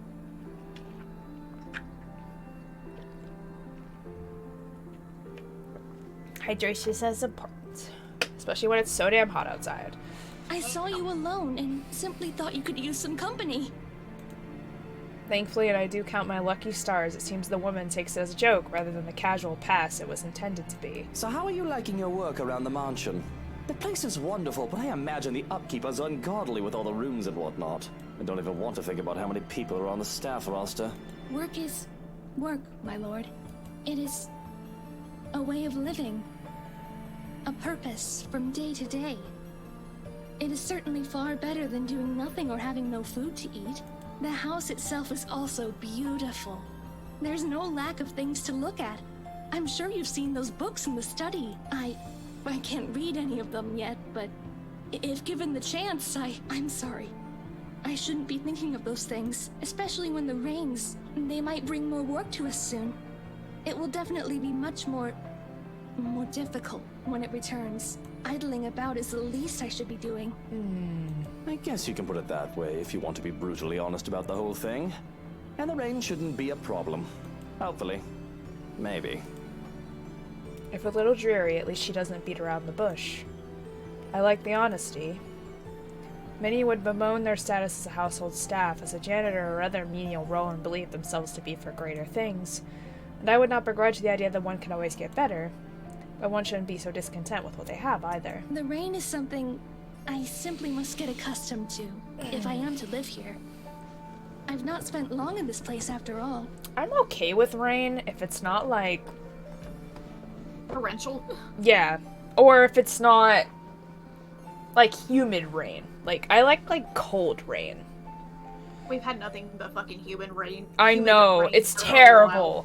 It's like the sky is like, oh, it's too hot, I should send some rain. And then it's just fucking humid rain, which just makes it hotter. And I'm just like, why, sky? Why did you do this? Just to make you suffer. Help. Help. Send help. It's like, it's too hot. But we can make it hotter. But we can do more. But I have been told that it has rained in this nation since a mother's time, and their mother's time. Oh, it rains a lot in Britain, that's true. There is little we can do about it. I am just glad to have time in the sun, even for a short while. Why does it rain so much there? It has to be a higher, latitude. Yeah, higher latitude thing. Isn't that the truth? Really, these sunny days have been welcome, though I can't imagine they'll last for long. Sometimes I just want to pack my things and leave for somewhere like, say, the Bahamas or whatnot. Get some sun and surf. But certainly, you will return for us, won't you? This is your home, after all. Your people, they won't be pleased if the master of the house leaves. Of course, I can't very well leave my businesses hanging here, can I? I just wish I could actually trust people enough to go on vacation without taking work with me. I've also got to get back here if I ever want proper meals. A proper pudding is something you'll never find out there. The woman nods in understanding, and I must say that she makes for a fine listening ear. But what she says next gives me pause, whatever she meant for me to hear it or not. And good tea. From what the cook has been telling me, I've yet learned how to prepare one. Perhaps once I do, it would endear the lady of the house to me. I never expected her to be so unkind after what she did for me. Her unkind? Though it's only if one catches her in a foul mood. I wish I knew how to avoid her anger. She's definitely talking about the other lady before HahnAraa. Charlotte, that was her name. Yeah. Charlotte. She's definitely talking about her, because HahnAraa is never angry. Ever angry. So she's, like, basically just talking like the Ghost Girl and Luke being whoever fucking Master Ermengarde was. Yeah. She's basically just repeating a conversation they had back then. I highly doubt she means HahnAraa. Woman rarely has a mean bone in her body. When she actually is nasty towards someone else, it's usually deserving enough, much like with that Rochelle woman. Hell, she even tolerates Harvey for me, even if she admit that she doesn't quite like the man. Oh yeah. Yeah, she fucking hates Harvey. She must mean the head housemaid, right? I have to laugh at that. Not that I have room to speak. I don't deal with her myself anymore, though even Johann says a few short words about the head hag. She's just been under the right employ when she was also head housemaid for my father. If anyone's not going to get along with someone, it'd be that crotchety old woman. I don't even remember her name. But the woman has been this strict upstart bitch who took one look at me, her master's bastard son, and turned her nose up as if she were better by mere consequence of birth. Then she absolutely loathed my very existence. Perhaps the rumors have been true. She had a miscarriage while bearing another one of my dearest father's children, and she saw me as an obstacle of her granted a better standing in life. That'll do it. I remember that much at least. And now she works for him. Mm-hmm. Had a kick in the ass. Yep. The only reason I haven't sacked her yet is because of her competence. Also because working under my household makes her absolutely miserable, her resignation made impossible by her pride. Nobody really gets along with that woman. I think everyone just tolerates her because of how old she is. I mean, not to be rude or awful or anything, but she's at the age where she'll be pushing daisies soon enough. Is she? Really, my lord? I'm sure the lady is much younger than that. I think the thought of tormenting the young and beautiful gives her reason to live. It does seem that way. Though I feel sorry for her. One's life should not be wasted away on hatred and anger. It is never good for the heart or the head to always carry ill thoughts. But at the least, you are here for us. We are certainly so lucky to have a lord like you. The lady even more so. It's like their personalities are switched. Like, HahnAraa is the nice one and Luke's the mean one. Whereas in the past, Charlotte was the mean one and the Lord was the nice one. Which is kind of odd. But also, they never fully explain like if they are generations back related or not. So like it could be they went down the different lines of him being from Charlotte's line and her being from what's his name. That's true. That's very true. Because they said they look so much like him. Yeah. If I may be honest. Yeah, that's very, very true. You're right. She is to be envied. And even when I have my suspicions about her, she's just so easy to talk with that I've forgotten. I don't know who she is and if she's actually one of the household staff. That would explain why she would so easily give obviously wrong statements about my character. Though if she is here for malicious reasons, she would have done more than do small talk with me by now, wouldn't she? I have so many questions. Perhaps curiosity will kill this cat. It's strange that I've never seen you before. What's your name? You do not remember? I don't believe you've mentioned it, or am I Are we gonna learn her missing name? something? Are we gonna learn her name? You still cannot comprehend it. Can you, my lord? Her answer chips away at the good mood I'm starting to get into. I have every right to be angry at this cryptic response. She threatens insubordination with her very presence alone. But instead of hurling vitriol at the woman, I take a deep breath. I do not want my mood ruined further than it already has. Not right now, when I can let my temper take its course another time. Whatever your name is, and no matter how long you've been working for us, that does not change the fact that you shouldn't be here. I'll call you a cab to bring you to the city if you want. Shouldn't I? What if I do not wish to leave? I don't like that change in music. I merely desire to stay by your side and serve. Is that such a deplorable thing? Lady, it's been a week since we moved in. Her gaze sends chills down my spine. It's too easy to see the devotion and the obsession in her eyes. Not the good sort either, as her scrutiny makes me feel like I'm laid bare. The offness of her presence is all the more palpable with the feeling of bugs crawling on my skin, and the silence that makes it seem as if the world has stopped. Any friendly atmosphere we might have had going on for us is completely forgotten. Danger. A small part in the back of my mind screams, the part that has kept me alive all these years.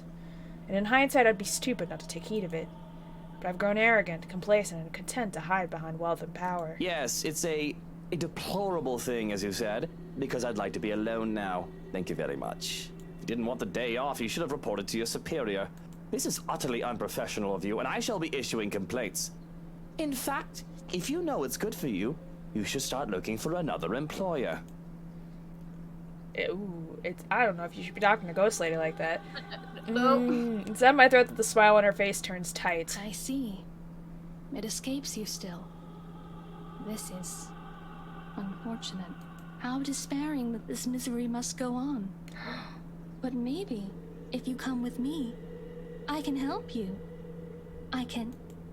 She reaches out for me, I recoil with a hiss. How dare you lay your filthy hands on me without my permission? I am not going anywhere with you. Now step back and walk away before I have you forcibly removed. As if a switch had been flipped, the woman's expression turns horrific, although that may very well be the understatement of the century. She herself turns horrific. Her presence is suffocating, bearing down on me. I'm rooted on the spot, through no fault of my own as fear of paralysis. You are too much like that vile woman. Poisoned by her rotten influence and her filthy words. But that can be remedied now that you're here. Oh, how we have waited to welcome you home. Come, my lord. The house beckons. When her fingers grasp the back of my coat, I finally find it in me to break off into a run. Oh my god. I could still feel her eyes on me as I run back into the house. But I refuse to acknowledge it, let alone look back. All I need is to get away from her, and to make sure she stays away. If that means acting like a coward and seeking out company to keep me safe, nobody can tell me to do otherwise. Bravery isn't something to be lauded if it comes along with stupidity. Yeah, if I would have known that before Zach's part. Hannah's still in bed. I didn't know what was gonna happen though. Okay, so we're still on the 30th. Hi, Lucky. It must have been a sight to see the usually composed and reserved Luke Wright bursting through the doors. Not that I have much of an audience, unless there are other staff members who've chosen to disregard my orders for them to leave. Yeah, so he's definitely part of Charlotte's line. Really, I still doubt that that woman is one of the staff. Mustering up the courage, I look back through the windows to see if she has followed me. She's gone, but I don't take any chances, putting as much distance as I can between us. Stopping to catch my breath, Johan's sudden appearance nearly makes me jump out of my skin. Don't fucking do that! Good job, Johans. You son of a bitch! If I had a gun, I would have shot you! Johans would easily tackle you to the ground before you even brought the gun out, dude. He'd If have I broken had her any wrist. love left for my mutter, I'd take offense. But what happened to you? You look like you've seen a ghost. Because I fucking did. Oh, if only it were such a delusion. But I could still feel her sharp nails digging into my back. The feeling was too real for it to have been a ghost. There was his housekeeper. I think, I'm not sure. In the gardens. She was acting odd and I thought to remove myself from the scene. Strange.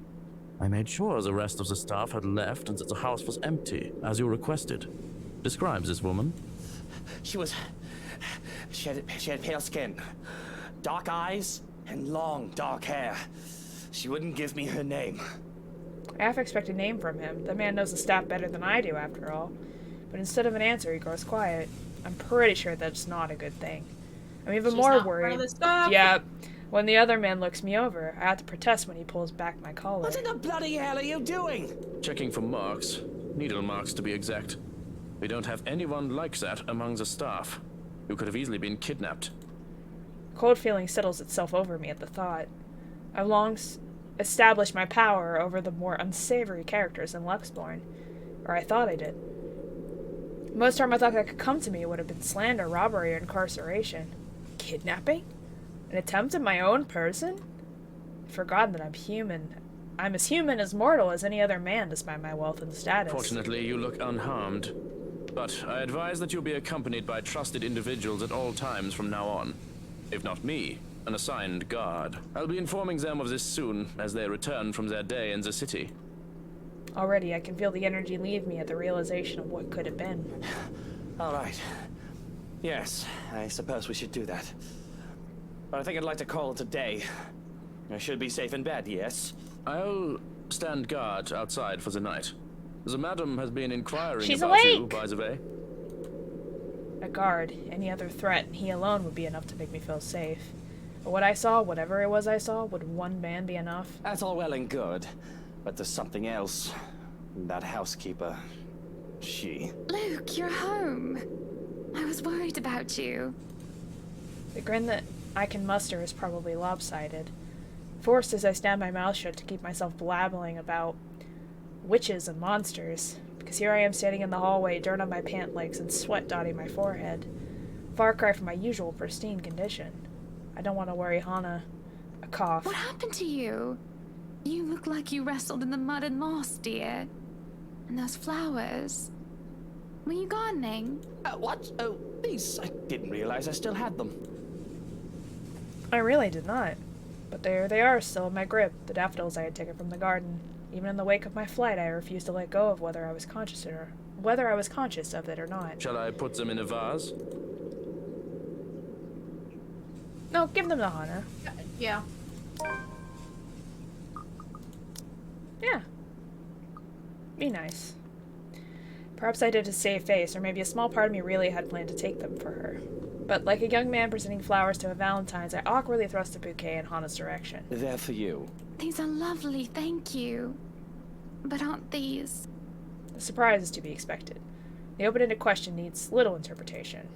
I've never given her daffodils before, especially not from ones that I considered mine. They're for you. Don't make me think that kneeling around in the dirt was a waste of my time. It's not.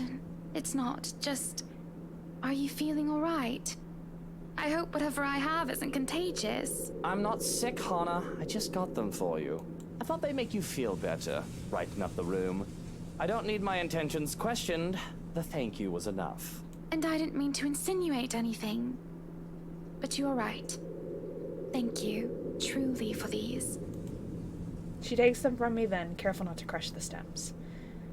There is still uncertainty on her face, which endears and annoys me in equal parts.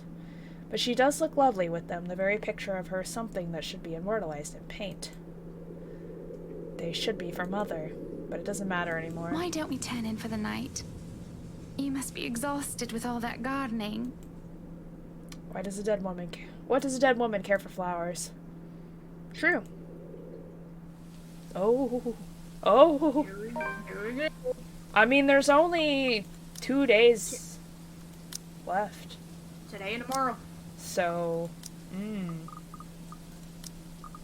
gonna save again, because we haven't saved in a little while. Really, little sleep was had, and I feel completely drained come morning. Even when HahnAraa rises from bed in spite of a mild fever and invites me down to breakfast, I can't be bothered to drag myself out of the comfort of the sheets. It's not like I need to do something particularly important today. The rain that has started sometime during the night doesn't help the mood. Oh, that sounds so comforting. I want to take a nap right now. Okay, maybe it helps just a little. The strange sunny weather has been nice and all, but for it to return as it should be, feels like a good sign of things to come. Perhaps things will settle back to normal and the crazy drama that has gone on lately will die down. The rhythmic pitter-patter of the rain fills the early morning silence with a steady beat. Thank goodness I don't have to be anywhere in a hurry today. I would hate to be caught unawares in this rain. With how it looks outside, it seems that the weather is making up for all the sunny days it has given us with a good old-fashioned downpour. It does let up within the quarter of an hour, however, a day beginning with a cloudburst like this, locals usually take it as an immediate sign. Luxborn's abysmal weather is back, likely for good. I hope they did a damn good job of fixing this place, because I'd rather not have to deal with leaky roofs. Though HahnAraa might find humor in it and perhaps ask me to sing in the rain to wear out my anger, I don't like the idea that the realty did a horrible patch job at the place. HahnAraa technically paid millions for this place. You better live up to the price that realty company sold it for. Not that it's something she should be fretting about at the moment, when her health's not at its best. HahnAraa's going to be brought to the hospital for a checkup today, and if anything, prefer that she focuses on getting better. That fever, no matter how slight it is, can't be good for unborn children, after all. Perhaps a proper rest is all she needs, but I'd rather not assume things. I'm a businessman, not a doctor. Wonder of wonders why I even bothered agreeing to babysit duty at that. Here I am, scheduled as today's babysitter for Suarez's brat, once her father drops her off the mansion steps. Though that is a worry for much, much later. If I wish to, I can ask that nobody bother me while I doze off into a cocoon of comforters.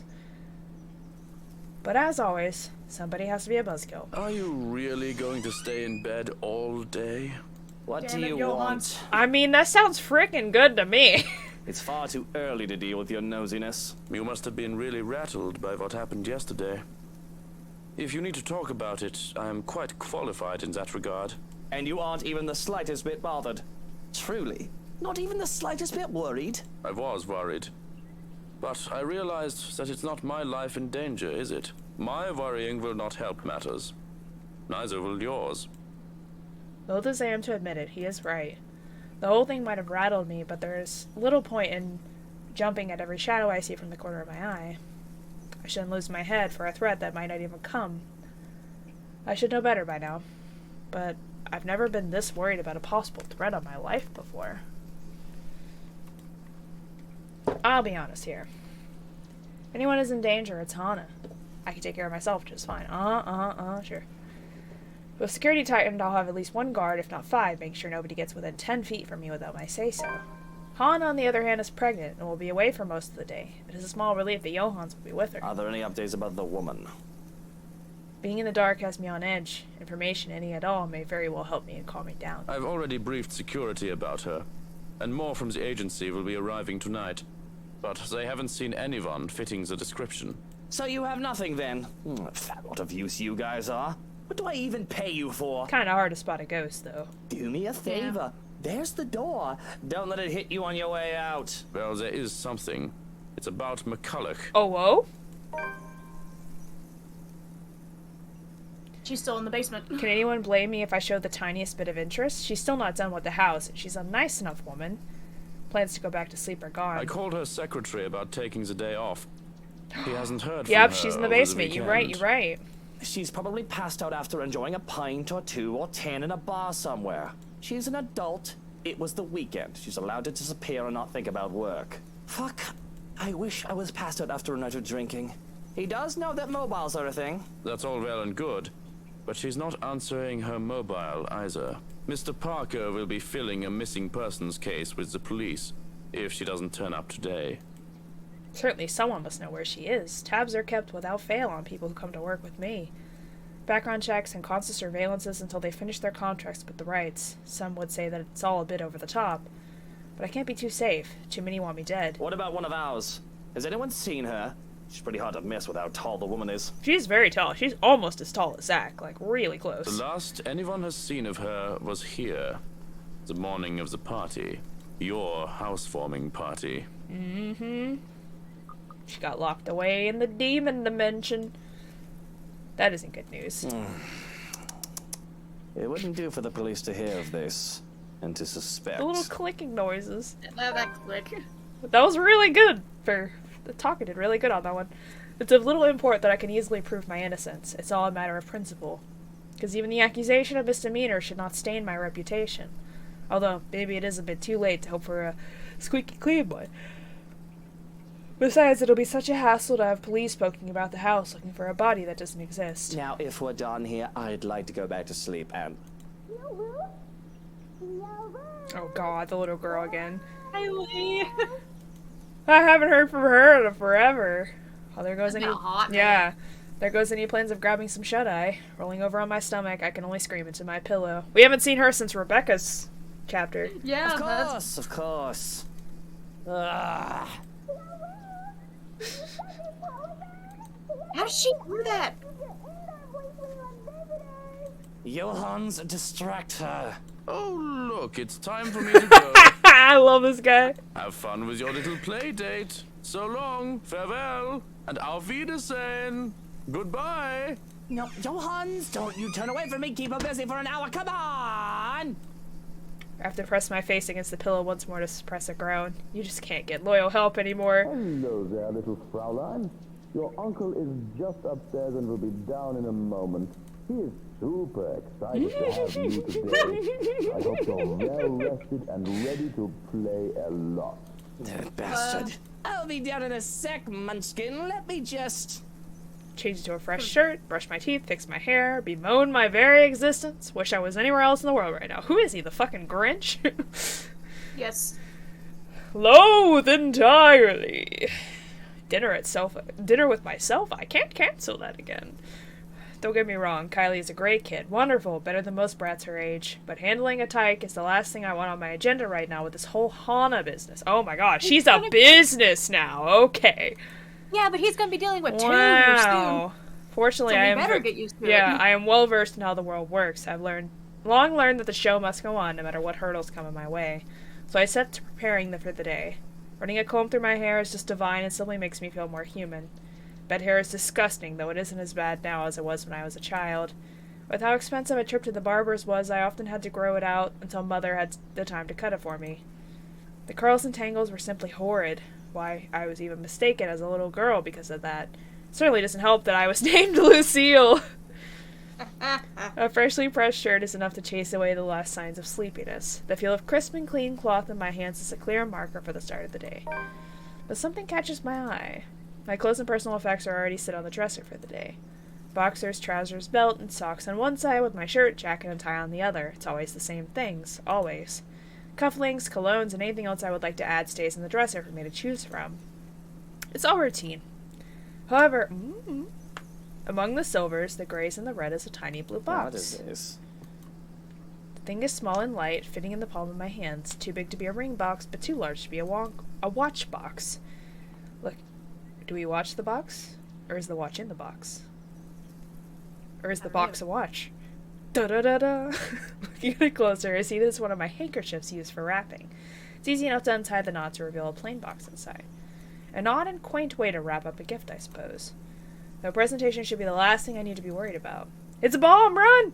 Mail, packages, gifts, and the likes are supposed to be vetted before they get to me. The morning Johans would hand me a list of things I need to look over and go through, yet there was no forewarning of this. What if it's the letter? Maybe. Immediately I dropped the thing as if it burned me. I shouldn't have touched that. I shouldn't have touched that. Oh my god, that face. I very well might have. Without security going over, it could be a nasty gift for me. I can still remember when a security guard died to contact poison that covered an innocent enough birthday card, for fuck's sake. But as the box hits the ground, it spills its contents. What I see makes my stomachs turn. Oh, shit! Oh, looks like 2 eyeballs. Wait. Is it Zach's? It's Zach's eyeballs! Isn't it? Because his eyes were gouged out. Oh my What the fuck, dude? An eyeball still with its nerve-ending mucus and all plops to the ground. I have to fight the urge to gag as it rolls and stares up at me. Oh god. That's sick. That is sick. It's still wet. My bloody fucking... That is disgusting. I don't like the noises he's making right now. I'm not a stranger to being sent threats, but this has to be the first time I've been sent a body part. Even I don't do that. But there's no note or sign as to who might have sent it or how it got here. This is a threat. It's a piss poor way of doing it, considering it lacks proper planning outside the shock factor that sending a body part affords them. Do I even know anyone whose eyes are the same shade? Not Hana's, no, definitely not. Their art is pretty and aren't the right color. Johans, Mr. and Mrs. Lee, Suarez, McCullough? No, the color isn't familiar at all. And they're all alive. Why do you think it's Johans? Why would you think it's Johans? He just saw him with yeah, his eyes right? intact. Though honestly, it's not like I take the time to memorize each and every person's eye. This could be anyone's, from a guard or a maid or one of the other 100 people I deal with. Kylie can't see this. This kid is tough, but this will traumatize her. Grabbing the handkerchief that was used for wrapping, I try to pick up the eyeball to dispose of it. Emphasis on try. Contact, even the fact has me gagging. The thought of squishing it and covering my fingers with the slick and slime of it made me recoil. It's like trying to pick up a really giant, disgusting, like, spider, and you're just like, blah, blah. Yeah. You got like 5 layers of fucking paper towel to make sure you right? Yeah. The slightest of touch is enough to make the eyeball roll towards the bed. In my mad scramble to make grab for it, rolls away even further under the bed until it's in the smack dab middle. There, it just taunts me from where it sits out of my reach, green iris fixed on me again, perhaps judging my poor attempts to get it. So this is revenge. Like, that, because those are Zach's eyeballs, and it's because of him, he kept Zach in jail, that Zach is dead. Yep. And she hates him because he's a descendant of Charlotte, who tortured her. Well, especially after their little talk in the garden. Yeah. So now she's sending freaking death threats, basically. So then immediately after that, she went down to the precinct and was like, alright, bitch, give me your eyes, and, to make a statement. I don't have time for this. He's gonna make me sick. There it is, the eyeballs. The eyeballs. Ugh. But I wash my hands of this, quite literally at that. Though I wish it is easier said than done. The nagging in the back of my head, the voice that tells me I need to be more cautious about this, refuses to push the matter aside. While it is true that it is cause for concern, without demands of anything of the like, worrying will do very little to help. Also, what do you freaking do with that? Like, eyeballs. Like, because if you just throw it in the trash, like, somebody's probably gonna, like, notice that. Yeah, I would call the cops and be like, hey, I got a pair of fucking eyeballs. Magically But appear in would my they room. believe you? Well, considering they have a dead, eyeless body in their precinct right now, shouldn't be that hard to compare. But are they gonna blame him for the death of Zach, though, because of that? You know? I mean, maybe you know? Not that he knows. He doesn't know it's Zach's eyes, but... Yeah, but I mean, like, I highly doubt the cops would think that. But Luke has the eyeballs, and Zach is in prison without eyes. So, like, You can think that they might think that. Not if he told them, hey, these were sent to me wrapped in a box that I didn't see before. But would they believe that? He's got all of them in his pocket. I don't know. I don't feel like the cops really believe anything. The chief definitely wouldn't immediately put him and be like, oh yeah, you murdered this man, let's go ahead and go. You're gonna fuck my life over, but whatever. I mean, he wouldn't instantly, like, throw him in jail, but it's definitely suspicious, like... Looking around the room, I try to see if any other presents have been left behind. To my relief, aside from the blue box, nothing else is out of place. The most I can do right now is alert the presence security staff about this breach. Watch out for any other threats. If they have a message for me, they'll most likely send it with their next gift. Whoever has sent me this eye, I would assume that it is more to shake me up rather than anything else at the moment. It's also weird that Johans didn't see it. Yeah, somehow. He didn't. It'll be best to act as if this didn't happen. No need to make a child worry about it either. She doesn't need to know. Smoothing down my suit and my hair with a sigh, I steel myself to the horrors. The horrors that come with taking care of a child. You recovered from that! Really? Wait, I try to forget the horrors that come in a box. Good morning to you, Luke. Speak of the devil and she shall appear. I'm just more thinking about the smell, because I highly doubt he has any ice to keep those from starting to rot. Wait, is he keeping them on his person? Either on his person or in the bedroom. He's probably keeping... I would say he's going to keep them in the bedroom. Because dragging them around on his person, I don't think would be... That blood will leak through his suit. Yeah. Bright-eyed and bushy-tailed, Kylie grins at me as soon as I open the bedroom door. She still makes me uneasy. I still don't like her. It's just the eyes. It's the eyes. The freaking voice, too, gets me. She swings the backpack she's clutching, hitting my leg in a show of impatience and looking entirely unapologetic for it. Did you just wake up? Don't tell me you forgot. It's our playdate today. We've had other things on our mind, little girl. I doubt I'd forget. Kylie visits are frequent enough, or a frequent enough thing that they found a way into my schedule. There's supposed to be visits for her godmother, but we can't pick who a child gets along with. So long as I'm not busy, her father can drop her off for the day. Which is all well and good for me if it makes Suarez focus on work I've given him. Besides, she's a bright child, tolerable, kid's got a good head on her shoulders, and could get pretty mature for her age at times. Of course, they have to thank me for that. Her parents can take partial credit, but HahnAraa and I have been here for this kid since she was just a small babe. Why, I can still remember the first time I saw her. It was during her baptism. The only reason I was there was to accompany HahnAraa, who was to be named godmother. She was such a tiny thing, not even a year old, and swaddled in her mother's arm in white cloth. It's the first time I really saw an infant up close enough to hold one at least. I always thought that was kind of crazy that they baptize at birth like that. Like, that's so weird to me. That they would... That's the Catholic. I know. That's the Catholics for you. That they would indoctrinate a child so young into a religion like that. It's like, oh, you come out the womb. Well, time to baptize. You know? I mean, like, nothing against them, but Christianity is also like that too, but they go to church. Yeah, that's true. So... It's been terrifying to be given a little child to carry after the whole water ceremony. I've never been done so before that, to hold a tiny little life in my arms. I could have just dropped her on her head and had this little tyke before me would have stopped existing then and there. But this child just smiled at me, babbling nonsensical words as children do, and clinging to me even as I tried to hand her off to HahnAraa. She had thought it hilarious and adorable. My suit had been a mess, and I was nearly an anxious wreck by the time I handed her back to her mother. Yet it was pleasant, too.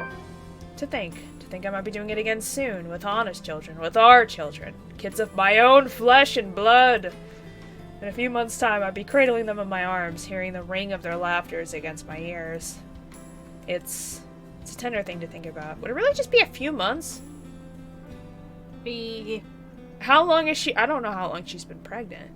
Well, that's what she's going to find out, so at least 8 to 9 months. But some it can be a few, because like with my boss being pregnant, it flies by. Yeah, I don't think it's been that long because she's not showing yet, so... Well, yeah, first trimester, like, first few months, you really don't show. Yeah, so I'm thinking it's at least in the first the first trimester. At least right now. I mean, normally, like, the morning sickness and stuff doesn't hit until about, like, between 6 to 8 weeks. So... Or about 4. So within a month. It's a tender thing to think about. So it's gonna be more than a few months. Like, she's still in her first, like... Yeah, but she's gonna be in labor for a long while, pushing 2 babies out. Yeah. Despite myself, in spite of all my fears that I will never be good enough for them, I'm actually looking forward to it. Of course I didn't, you little rugrat. I just had to take care of something before you arrived. Really? Well, I guess that's fine. As long as he told me for work like last time. Really? Now why don't we go back down and have breakfast in the parlor? I already ate at home. Papa made one of his tortillas de patatas. He wouldn't let me leave until I finished every bite. He speaks the most Spanish out of everybody in this game so far, and she can't pronounce tortilla. Right? Oh, the Suarez is infamous tortilla de patatas. Those things are a hazard. You can probably use one to bludgeon someone into submission with how huge they are, right? That does sound good. I mean, it's a tortilla with potatoes. Don't know what else is in there, but, like, obviously we're off to a good start here. So Miracle Kylie... Potatoes is enough for me! Yeah, right? Potatoes, let's go! Kylie can be so energetic. I identify as a potato, so you know. I think we all do. Yeah. I had trouble staying awake the first time I had one. Speaking of staying awake... Well, I need some coffee in me at the very least. But if you'd like, you can jump straight to dessert. Yes! Dessert, please! It's easy enough to manage Kylie with the promise of sweets, thankfully. Spoiled. Spoiled little brat. The hard part is managing her before she gets the sweets. Because I nearly have a heart attack when the kid races down the stairs. Just the thought of her slipping and breaking her neck is enough to make me rush down after her. Oh, slow down! The food isn't going anywhere. The food is going somewhere. In my tummy. Jesus fucking Christ. With a shake of my head, I usher Kylie towards the parlor and order a maid to bring food for us. Whatever breakfast there is, along with a cup of coffee for me and an ice cream for Kylie. I find that funny because... The only relatable fucking thing he has ever said. Jesus fucking Christ. Children. Children! Ugh. But I can't leave the kid alone for too long unless I want her to turn the other room into a slaughter ground. Excuse me, sir? What kind of slaughter are we talking about? True to my expectations, I've only left Kylie alone for a few minutes, but she's already made herself comfortable. I don't like that doll. Oh, I don't either. I don't. Well. Why has it been a thing with the eyes for the past, like, 10 minutes? I don't know. The stuff from her backpack has been left scattered across the room, from coloring books and crayons to toys. She's well equipped to amuse herself with no trouble, though I can certainly breathe a little easier if she won't bring her doll along every time she visits. Narcissa is a creepy little bugger. I'm glad we agree. Doesn't help when Kylie left her during one. Finding this link at the bottom of the stairs staring up at me at 3 o'clock in the fucking morning is a memory that won't be leaving me anytime soon. Even now, it stares at me from where it's seated. I'm wholly tempted to just throw the thing into the fireplace and banish it from whence it came. I can buy her a prettier doll, a better toy. I will break it, find a way to get rid of it, or if it wasn't for HahnAraa and if only Kylie isn't so attached to it. The thing is some antique doll she found for the brat's 6th birthday, one of a kind. My darling HahnAraa loves her so. Kylie does try to be a good goddaughter, but she can't just keep her interest long with the wife. It's not something that HahnAraa does wrong on her part. She does try so very, very hard. It's just that she doesn't quite know how to really handle children. She'd never been around other children when she was young, surrounded by protective adults who catered to her every whim and worried for her safety every minute. When she isn't able to keep up with Kylie, her first instinct is to be strict. Impose rules on the child, treat her as if she's made of spun glass, like every movement might break her. I at least have some idea from being around street kids. I know the games they've played and how they think. I know that scraps and skin knees are all part of childhood. Even with how I grew up, I had to be time to be a child and not some sheltered heiress. With Kylie, as behaved as she can be with her toys and her books and her arts, she has to use up all her energy somehow. To run around the playground and make a mess in the mud, or even to just fake wrestle for a short while. Let her be a child when she wants, I'll say. If it becomes too much, just bribe her with sweets or ship her back to Papa. Problem solved. Personally, HahnAraa isn't quite up for the sorts of things most of the time, thinking it'll spoil the child. Turns the whole plate at awkward every time. Taking the last seat left, I pluck one of her coloring books from the table to see it filled with dinosaurs. Not exactly what I expect to see for a little girl, but it doesn't hurt anyone. I mean, dinosaurs are gender neutral. What do you mean? What do you mean?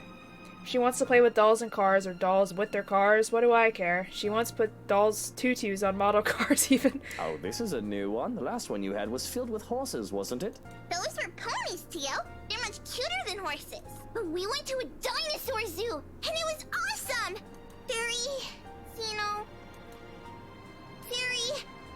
Dinosaurs are my favorite. I have no idea what that is, but it must be something. I'm only familiar with the T-Rex myself. Yeah, they found, fossils of its claws. They're really long. They think the whole theory might be a bazillion meters tall, even bigger than a T-Rex. Cisa says it'll be big enough to all my classmates. I don't like that face. Stop that. She only laughs as I scrunch up my nose and grimace. Takako says you're making a really funny face. Taka who? Takako, a friend I made. I have to stop and look around, expecting one of the help to be there. The child does have a way of befriending just about anyone, as long as she puts her mind to it. Yet the two of us are completely alone. Thankfully, she only finds my disturbed look as another funny grown-up expression. Is that ghost then? Huh? Takako, is that the name of the ghost then? Because she did get possessed a couple times. Yeah, she did. So then, like, what? So then why is she possessing a little girl? I don't know.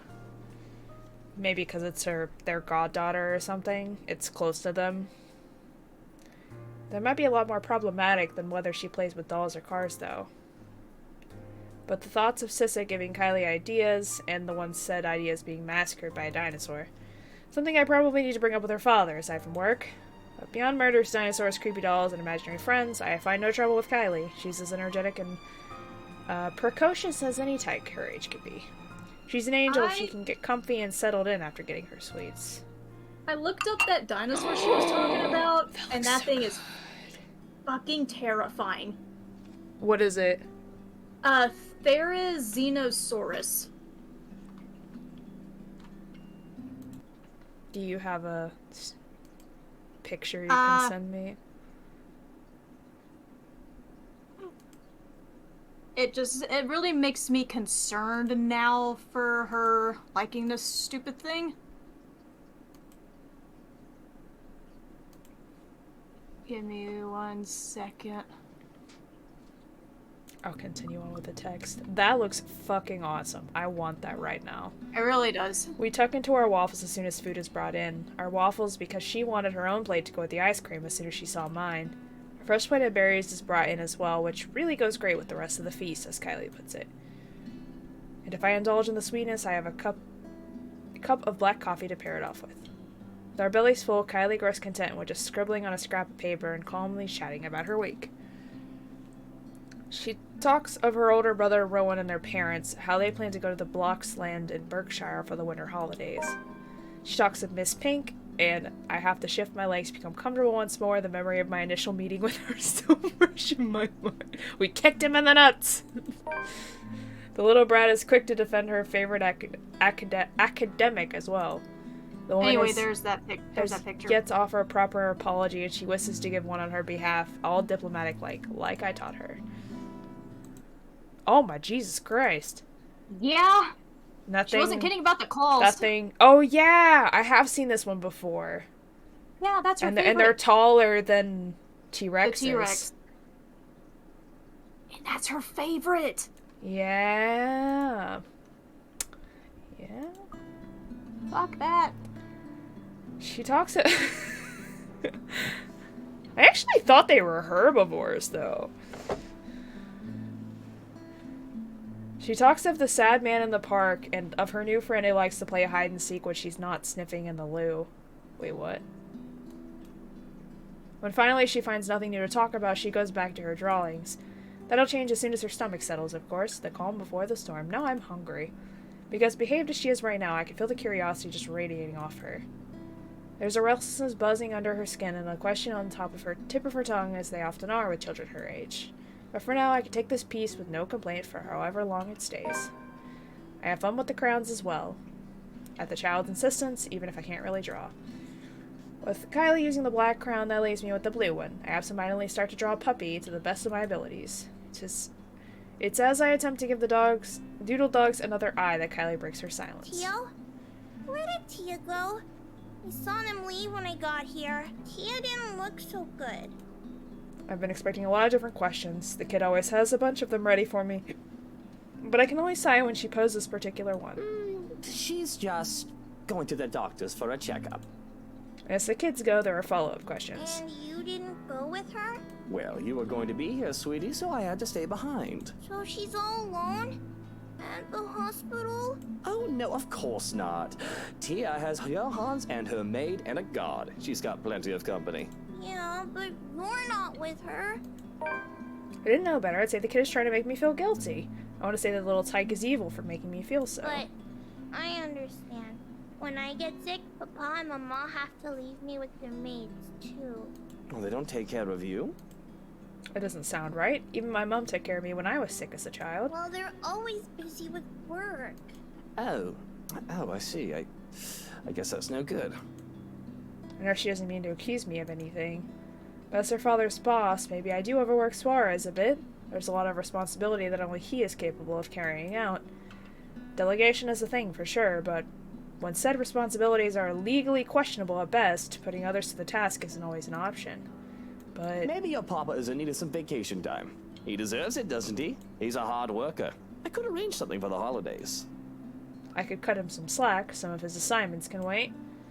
I can't do much for her mom. She isn't one of my employees, but this would have to suffice.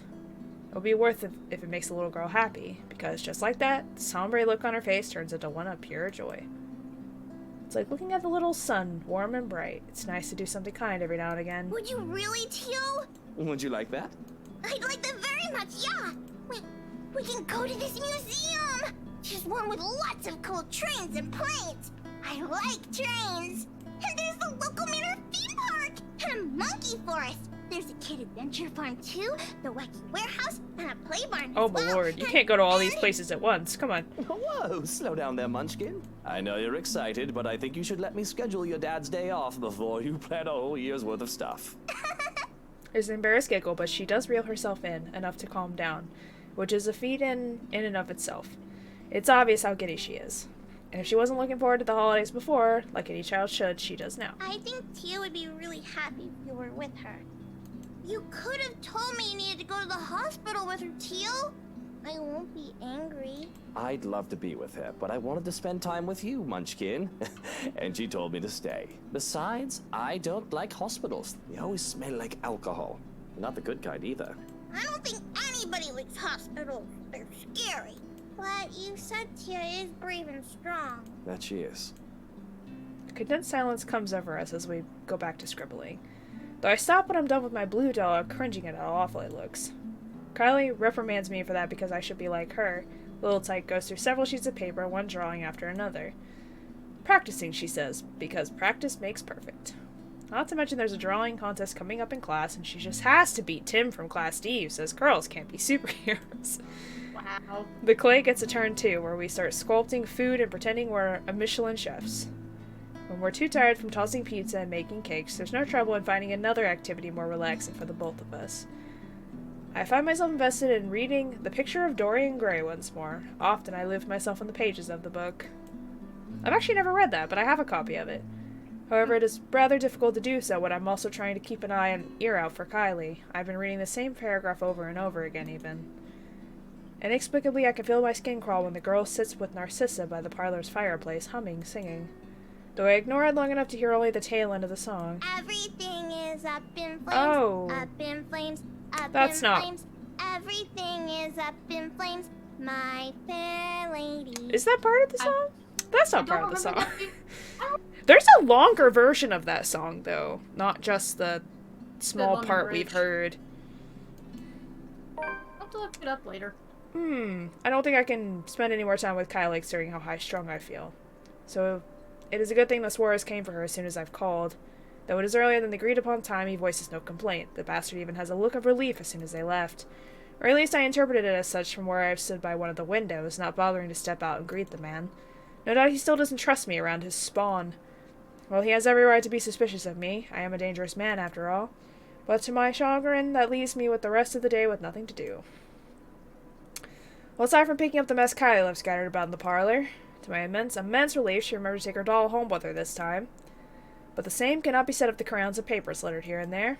First things first. I snatched my own doodle off the table and rip it to shreds, leaving no hope that it will see the light of day.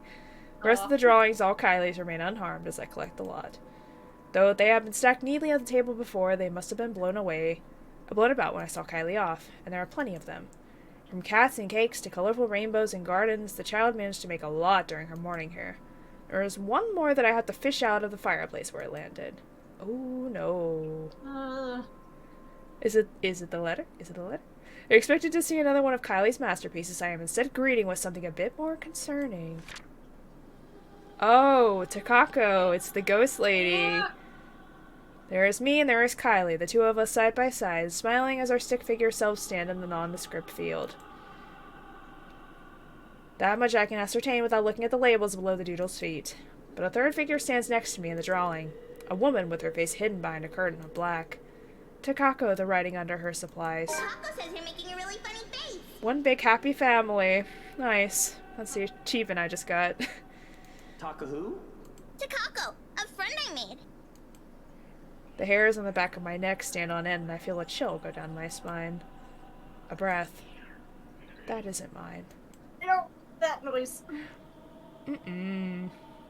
I wonder if that's actually her name or if that's just what Kylie calls her. I feel like it has to be her name. Because she could be... Yeah, she could have, like, come overseas and a lot like, Isabella did, you know? Probably not by choice. No, but, like, came from overseas, like, outside of her choice to the work. Yeah, well, from Japan, from what I'm assuming of her name. That's me turning around, hoping to see someone, anyone, but nothing. That's when I hear it. Oh.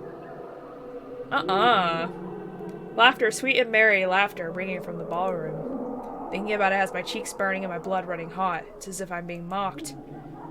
Fuck that. As I stomp towards the door, I have to stop myself from shouting up a storm. I expect to see some of the help dallying about, idle from their duties. Perhaps I thought they could slack off in their duties about the head butler around and with my preoccupation with Kylie. Well, they had another thing coming. But again, nothing. Nothing from what I could see with a cursory glance, at the very least. I roam around looking for near impossible hiding places, and still I am all alone. Yet I can still hear the laughter, that accursed laughter echoing about in this room in my head. Who's there? Show yourselves and show some respect to the master of the house! Cold uneasiness settles into my stomach when no one answers. I stumble on my own 2 feet, feeling a wave of nausea come from nowhere. I have to put a hand against the wall to stay upright when the world shifts and pain explodes from behind my eyes. It takes every ounce of my self-control not to heave then and there. The only thing my pride allowed me to do then is close my eyes and attempt to alleviate some of the pain. Vague, unfamiliar images, dare I say memories not mine, flash in my head, unbidden and unwelcome. Like a strong hammer strike to the head, threatening to crack my skull and split in two. Whatever emotions they hold are muted. I'm nothing but a spectator. Still its weight feels palpable. Though it doesn't take long for these sensations to get into my head, through my eyes and my ears, it creeps and buzzes in the spaces between. The memories. Oh. It hurts. She doesn't want this. You lacked care. You forget your place, and you've indulged yourself far too much in this fantasy of yours. This is vile. Like vomit and sludge brushing against my skin before it covers me until I'm weighed down. Disgusting. Wrong. Stop it. You've overstepped your boundaries and livery. Stop it. This is wrong. Please. May I remind you that you are nothing but a servant, a slave, an unattractive, unchaste harlot who thinks too much of herself. Please, no more. And this is the other memory we found. Whispers and accusations fill every crevice of my head, ringing and echoing around like a terrible case of tinnitus. They stare, gazes filled with judgment and disgust. Even before their beloved lady has spoken, she's already condemned. This horrid woman! I beg the court for justice! Who knows what this devil's bride is capable of? She has already bewitched my love, my betrothed. I just cannot bear to think of what she has done to him after. Or what else she may do to our people if we let her live.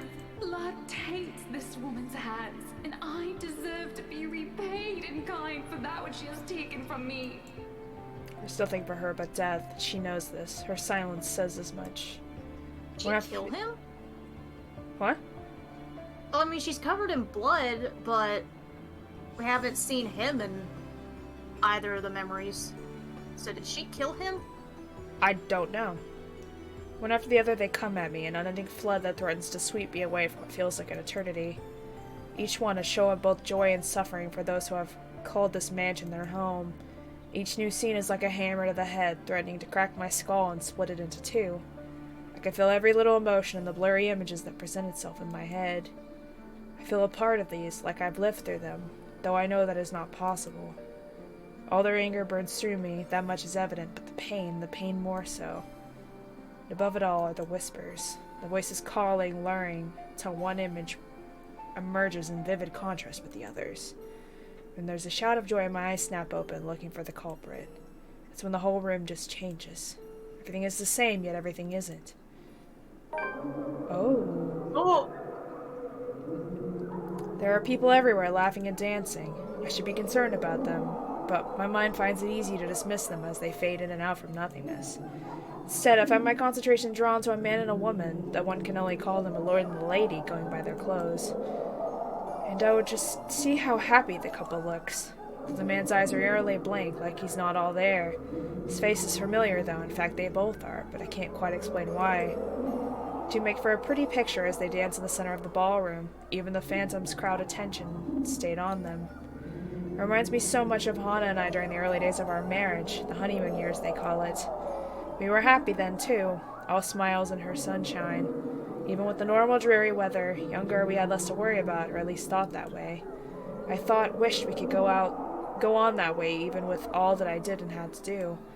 But life has a way of catching up. There was work to be done. Although we had to stay the loving, perfect couple in public, I could not afford to look so weak. To appear tied down to someone else, to those who knew who I really am, I had to harden my heart when I have business.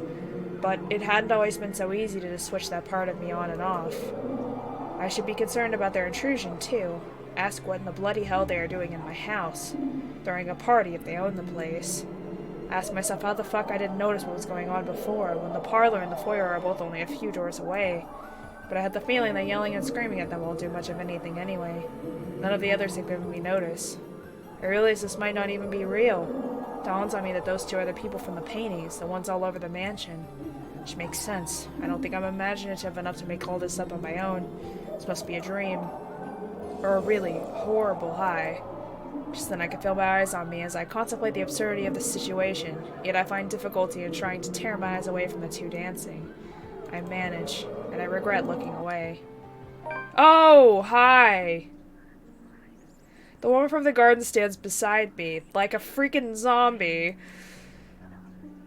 I can hear her rattling breath, menacing and chilling. Everything in me screams to run. But something pins me to the spot as she just looks at me, watching and waiting. The clamor of their voices fill the ballroom. Although they say such welcoming words, I do not feel comforted by the madness I am experiencing. The joyous voices turn sinister and foreboding on my ears. The chorus of people that shouldn't exist, threaten to overwhelm me, drown me even as I stand on dry land.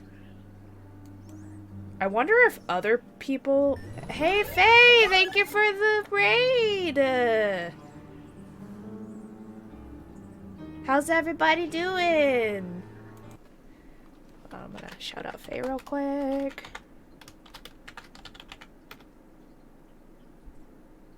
Oh no, you were doing ASMR. What were we ASMRing? Oh no. What was I saying? Reading or Yeah, you're I about said to say I wonder something, and then I forgot. We'll circle back around to it. The music still plays as the Phantom Quartet continues while I stand there, vulnerable and afraid, but the dance has already ended. And I'm afraid that I might just be tonight's entertainment. Attention is all well and good until bullocks like this go down. These phantom people watch me, thousands of eyes scrutinizing, though they cheer for my return, cajole me to dance and join the merriment. There are eager hands all over, pulling me in every direction, but they do not move me enough to remove me from the woman's gaze. I was gonna say, I wonder if we got more characters killed, would there have been more gifts from her? Either more gifts or also Because, I mean, more Ash isn't dead yet, but we saw the memory that got from him dying. But I wonder if there would have been another scene, or more scenes, like, with a gift or something from that character if they had died. No. But I guess we won't know now, huh? We already made the decisions. There are eager hands all over me, pulling me in every direction, but they do not move me enough to remove me from the woman's gaze. Listen. Oh, no. Can you not hear them as they welcome you home? Your kind, our kind. You're one of us, my love. Stop it. We are bonded by the blood we share. If I thought the voices were overwhelming before, it is nothing compared to how they are now. Blood. You say us, we're not all related. What do you mean? The voices are loud, speaking in unison and echoing over in the spaces of my head. They welcome me back, as if I've always belonged, as if it was always meant to be here in the first place. They call me all these titles and names that do not belong to me in that man's face. The one with the empty eyes flashes again before me. Once, fleetingly. Like a new memory having burned itself in my mind. I have to struggle for air when I come back to myself after. I'm not. This isn't... The welcome turns into screams of my protest. Pained and desperate pleas for my help, telling me that it is my duty to stay. Telling me that I belong among them, to them. Gentle touches turn near threatening. The warning scratches and the baring of teeth by predators before they truly maim someone. My mouth goes dry as I struggle to speak some sense in this hallucinatory madness, but I don't get the chance as they drown out my voice. Our Lord. Oh no. My Prince. Her words are as a compulsion to stay, though my heart races in my chest. The fear I should be experiencing refuses to register in my head. Mind and body war with each other, nearly tearing me in two. Oh, you finally returned to us. Compulsion to walk into her arms is strong. Whispers in my head tell me to go to her. They say that she is safety, she is home and heart. We have been waiting for so long. Yeah, she looks like all those things, uh-huh. Mm-hmm. Looks so safe. Oh, yes. But repulsed at these thoughts, I wrench away and turn with a small gasp. Without hesitation, I start to make a run for it. I nearly falter when an angry shriek pierces the air, inhumane and monstrous. Oh! Are we about to have a chase sequence? Hold on. I'm not ready. You better get ready. I'm not ready. I don't dare look Better back. I just run. I didn't care if this is a drug-induced hallucination or not. Just run. Oh, okay, not yet. Out of the ballroom. Out of the parlor. If only they had not... Oh my god. If only then that I bothered to look back, hoping and praying to the god I scorn that it did not pursue me. I would have to run all the way to the mansion too if only someone didn't get in my way. I collide with a body much larger than mine and fall back to the ground, head spinning as I look up at the stained glass. Turning my head to the side replaces the colorful sight with a pair of shiny black shoes. Fatigue fills my every inch of my being then, making me refuse to get up. Meanwhile, a familiar head of ginger hair looks down at me in bemusement. You really must look where you're going if you insist on running about. Do tell, where is the fire? Oh, thank God you're here. I do hope you don't have a concussion. Can you count backwards from 15 to 1 for me? God damn it, Johannes. Oh, fuck off, you wanker. Just help me out. I do not think insulting me if you do have a concussion is a smart decision. But no, really. 15 to 1. That woman, she was here. I told you to keep an eye out for her. The other man offers an arm and pulls me up to my feet then. Before I can storm off and pull him into the ballroom, he anchors me down with one hand on my shoulder and the other touching the back of my head. No bruising or bump. That still does not mean that you don't have a concussion. If you are too lazy to count backwards, can you tell me your full name? where are you currently? We don't have Lucille Mitchell Wright, and this is the Right. avant-garde bloody fucking foyer. But we don't have time for this. You must make and have the time to make sure you are not broken in the head. I have already sent security to scour the whole house when I saw you running out of the parlor, Dummkopf. If the woman is here, they will have her. You will only be slowing them down if you plan to interfere. When he points that out, I realize that there are guards starting to filter into the house as we speak, with some already searching in nearby rooms. Armed and uniformed men go about in pairs, making it so that the house is in a flurry of activity. He lets go of me then with the knowledge that I'm not going to keel over anytime soon. I was hoping that you would be tired from dealing with the young miss on my return. Instead, you come running and hit your head. Such a troublesome boy. Shall I be carrying you to bed, too? I can manage just fine on my own. Though I don't see how I can sleep until that woman is caught. It'll be easier to keep you safe in your quarters. This is twice we've known the woman to break in. I think we can safely presume that you hold her interest. He says it as a matter of fact in a tone that broke no argument. Not like I'll argue if it means I'm kept safe. The two of us hurry upstairs, though we remain watchful and wary of any potential threats to my person. We make it to the master bedroom without any trouble, though, and two of the security are left outside the door. No problems at all. Not until we get inside. Johan's eyes scan the room wildly, a look of dread on his usually stoic face. I don't understand for a moment. Looking about the bedroom, it's empty. But then I realize... Where's HahnAraa? She came home with you from the hospital, didn't she? She's supposed to be here. I sent one of the maids to accompany her here, to let her rest. I feel the color drain from my face when he raises a hand to stop me from charging out there. Stay. I'm not staying in here while HahnAraa stays out there. One of the guards will find her and bring her here. And what if they don't? What if that woman gets to her first? What if she already has her? That's not possible. You can't promise that. Oh. There's no second thought as I reach under my side of my bed and pull out one of my knives. I've no doubt that the other man can take me on if we are both unarmed, but with this, I can even the field, or at least deter him from escalating the situation, risking hurting either of us. I'm going out there to look for HahnAraa, and you're either with me or you aren't. I'm not risking HahnAraa, and I'm not leaving her alone. Still, like a stubborn mule, he refuses to budge from the door. There's a withering look on him that I try to match. One that somehow I am losing fast to, even with him not saying a word yet. Can you see yourself in the mirror right now?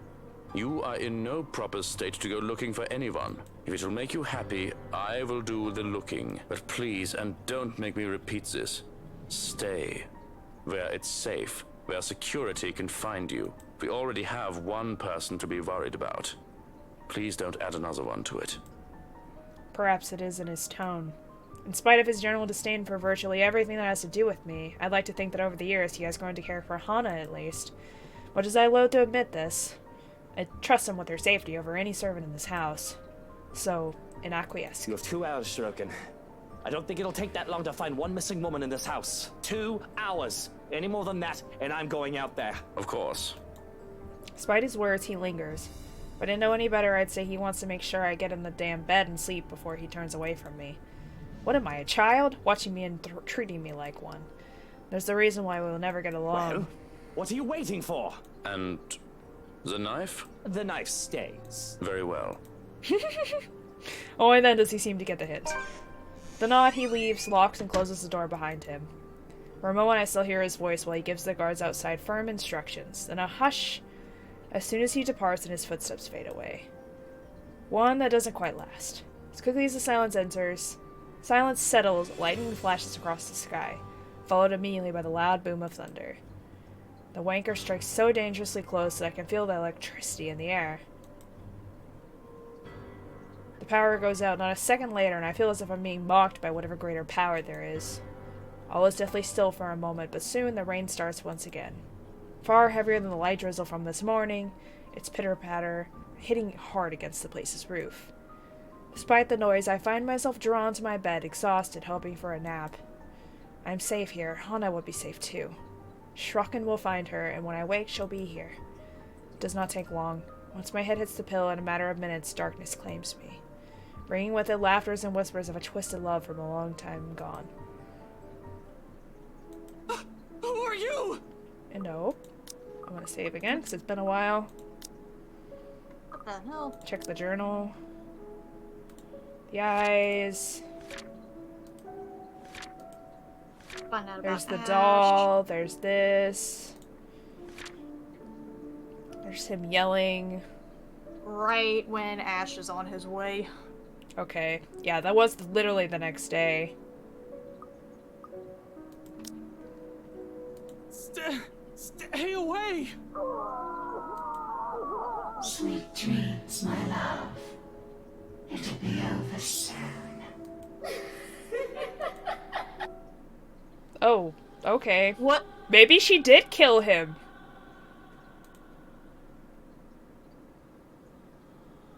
Maybe she fell in love with him. It turned into an obsession. And it turned into an obsession, and she killed him because she couldn't be with him. And that's why she was covered in blood. It's a good theory. It's a good theory. He didn't seem to know her, though, so it's like... Or like and all the stuff where she was like, oh, you just still don't realize. Like, you still don't realize that... part of it could be like, you still don't realize that I'm who I am and that I like you. It probably didn't even like really have a full relationship. She was just probably pining after him so much and thought it was But Charlotte real. Thought that they were. That she was. And even if they weren't actually doing anything, she still like was like, how dare you, you know, have these thoughts about my husband? Like, she's gonna pull it on her either way. Because she's a lowly maid and it's not deserving of her husband's gaze. Yeah, and it's like, well, if you want that action that bad, I'll give it to you. Well, not in the good way, though. God damn. In spite of the unfamiliar voices and unwanted touches from shadows lurking in the dark, rousing is a slow, arduous process. Difficult, every limb heavy with lead, no matter my aversion for the words they murmur in my ears or the sight of her horrid smile from afar, my body refuses to yield. I am at their mercy. Beyond fathomable reason, my consciousness refuses to pull of the waking world, choosing to linger in the pits of my dream, gradually drawing me deeper into unknown depths. Somehow, even if it might mean I may never open my eyes, I allow them. You do not belong there, my prince. I hate your voice, stop it. Not that I mind getting a few extra hours, of course. The bed's more than comfortable as it is after an exhausting day yesterday. Babysitting Kylie, the stress of finding an intruder in my own home, not to mention those bloody eyeballs they left. I think I deserve a little break every once in a while, especially after going through all that in a single day. I can only be on the receiving end of so many unacceptable things within the span of a few hours, you know? As gracious a host and person I am, my patience has its limits, too. Although there's still that problem with HahnAraa, I haven't forgotten that, of course. That's why I hired Shrocken. He's competent enough. He won't even last a day in my service if he's any lesser than those half-wits who think they can deceive me with sweet words. He's more than capable of working on his own without guidance. Let the butler take care of that little problem with HahnAraa while I... HahnAraa. You do not need her. I am here. Oh, it definitely is an obsession. We are here. This is where your home is.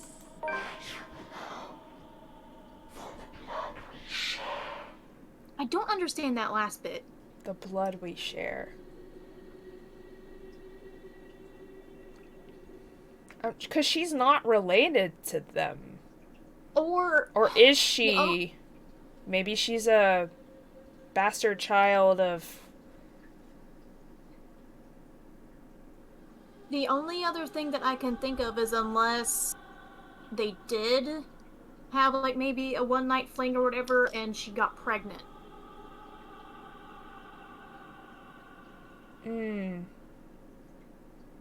But he even was like, who are you? Like, whenever... I mean, like, way back when with whoever the Lord was, like, in that time. Oh, I think that was from that time. Because the voice was not Luke's. So I'm not sure. Either that or, like... Come back to us. Huh. It's not clicking yet, but... But that's the only thing I can think of for whenever they say the same blood we share. That has to be the only thing, is somehow a bastard child came out of it.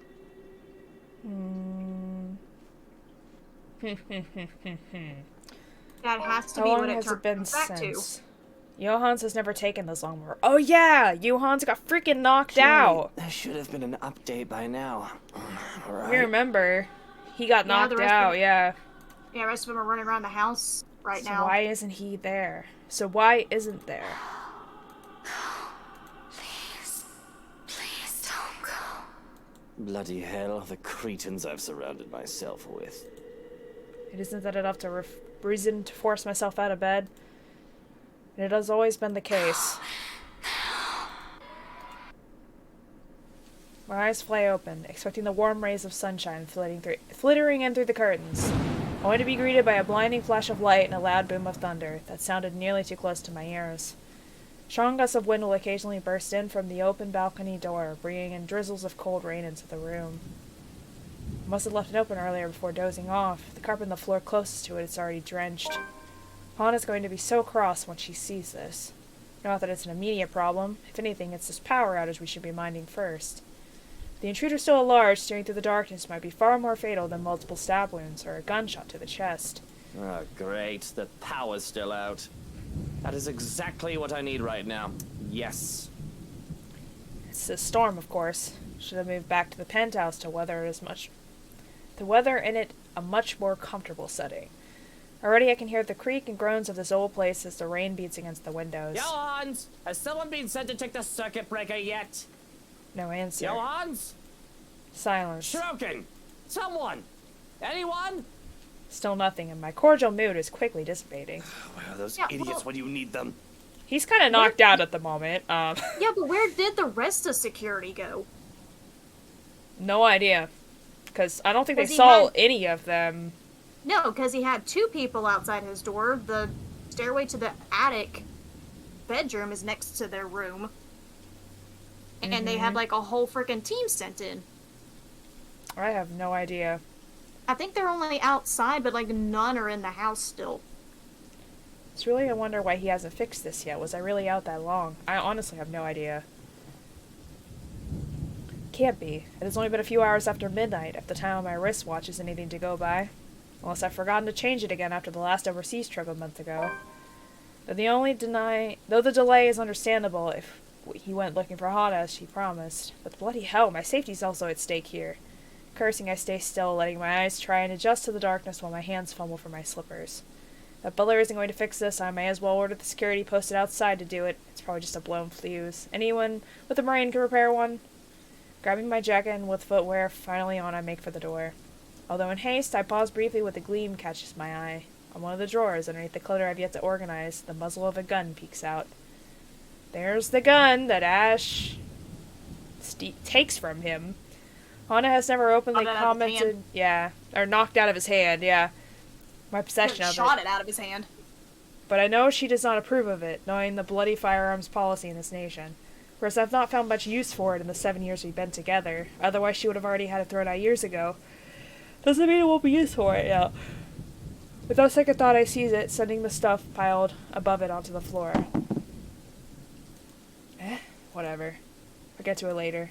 This blackout problem should be resolved first. What was that? Maybe the eyeballs? I don't know. Right next to my missing security detail, as it turns out. Where the fuck did everyone go? There were two, weren't there? Shroken had two blokes posted to stand guard for the night. Might be panicking for a bit earlier, but I'm quite sure I haven't gotten delusional yet. What? Did both of them decide to take a break? Because they think the master's already sound asleep and won't be looking for them? Damn nitwits. I know assassinations happen very rarely these days, and even less in a peaceful city like Luxborn, but bollocks. There's been a woman going in and out of this place uninvited, who may or may not want to put a knife in my back. And another peasant managed to break into this house just the other day. Isn't that enough reason to stay on alert? I'm fairly certain Shroken wouldn't just enlist their help just for this power outage, only to leave me unprotected. We have a difficult friendship, so to speak, but I doubt the man is an opportunist. I'm holding the lives of his family in my hands, after all. He knows what I'm capable of doing. He's not stupid enough to do anything that'll endanger them and save only himself. So where then? Only my footsteps echo along the dark passage, and I am left gripping the handle of my pistol for some sort of comfort. Without proper lighting and with this storm still raging outside, the stories I've heard about this place seem to have some truth to it. Some. If I'm reaching and wish to entertain myself for a bit, I'll say there might also be ghost whispering in my ears calling. Of course, it's just the wind and the trees rustling outside. Nothing will come of allowing these thoughts to linger when problems are piling up in front of me one after another. Especially with what greets me once I get to the foyer. Though it's dark. There it is! The first.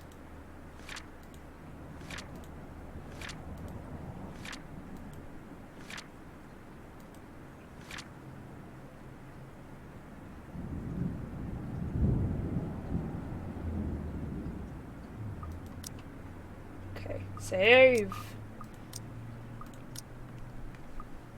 Though it's dark, the large windows illuminate the area much more easily than any of the other rooms. From where I stand at the top of the stairs, I can easily make out their forms, recognize them even. It's all gone crazy when these intruders came into my house. I'm no stranger to a cop playing dirty. The smart ones knew that neither life nor criminals are going to play fair. But Lily, the estate agent? She doesn't seem the sort. And Daisy, too? What will Kylie think of her Miss Pink if the poor tyke finds out about this? Not to mention Mint. Hannah trusted her. I trusted her to be professional at the very least, for fuck's sake. She was freaking underground! Like, he doesn't fucking know that, Christ! though. I know. Well, well, what have we here? If I were any less sober, I'd say this is the beginning of a joke. Bloody trespassers. What is wrong with these people? Did they really think I'll be fine with them walking into my house like this? What are they even doing in here? If I didn't know any better, they might also be behind Hannah's disappearance. That's right, my love. They must have a motive. Make them pay. And a hope. And it better be a good one. Wrong they've done to us. Done to us. Wrong they've done to him? I'm confused. Or a bullet to the head is the least all of them will deserve. I don't make a habit of harming women, of course, but this is just crossing the line. Let's see. A high school teacher, a real estate agent, and an interior designer walk into a mansion. Thunder crackles once again, cutting me off. This time its sound hits close enough that it nearly feels as if the windows and the ground itself are rumbling. All is deathly still for a moment. I don't let it stop me, however, as I slowly make my way towards them. Taking one careful step at a time, relishing the expression of fear in their eyes. I suppose there's something ominous in this setting, with the heavy rain outside and the lack of light here. Kinda like it, to be honest. Adds something to the atmosphere. I suppose I must look like the villain now. But short of me getting close to them, a noise to my left distracts me, briefly halting my movements while curiosity takes over every murmurs in my head. It's a good thing, perhaps, that I did, because as soon as I look up, I see him. The detective from a few days ago, the one Lee mentioned. Just as he's about to jump down for furniture that has somehow ended up piled and blocking the door to the parlor. What happened there? Did he really think it's alright to do that at other people's house? Lout. Teach him, my lord. Put him in his place. My hand's already moving before any rationale can stop me. Fingers firm my gun when I finally release the safety from it and take aim. Not at him, but at his friends. They are his, aren't they? Why else would they be here together? Doesn't matter. I know his kind follows some form of moral standard. He won't let an innocent be harmed, especially people he cares about. My finger on the trigger's more than itching to shoot, but I hold back. Sure, I could have simply taken aim at him. But more than seeing him bleed, I want to see the expression on his face once he realizes everything he's doing is futile. He's trapped. Lives are in my hand. His life's in my hand. Had I known there would be a party in my own home tonight, I would have opened a bloody bottle or two. People these days, in my own home. Can you believe it? I feel so left out. I can tell the exact moment the realization dawns on him. Short second of his body freezing and blood draining from his face as soon as his feet hits the floor and he looks up. He's already a prey trapped by his own recklessness. Pathetic. And really, Daisy, even you, what would Kylie say? Luke, this isn't what you're thinking. You have to listen to us. There's something going on here. Well, obviously. Why else would people be trespassing in my home? What about little Lily over there, then? What's your excuse? Checking back if your clients are doing okay?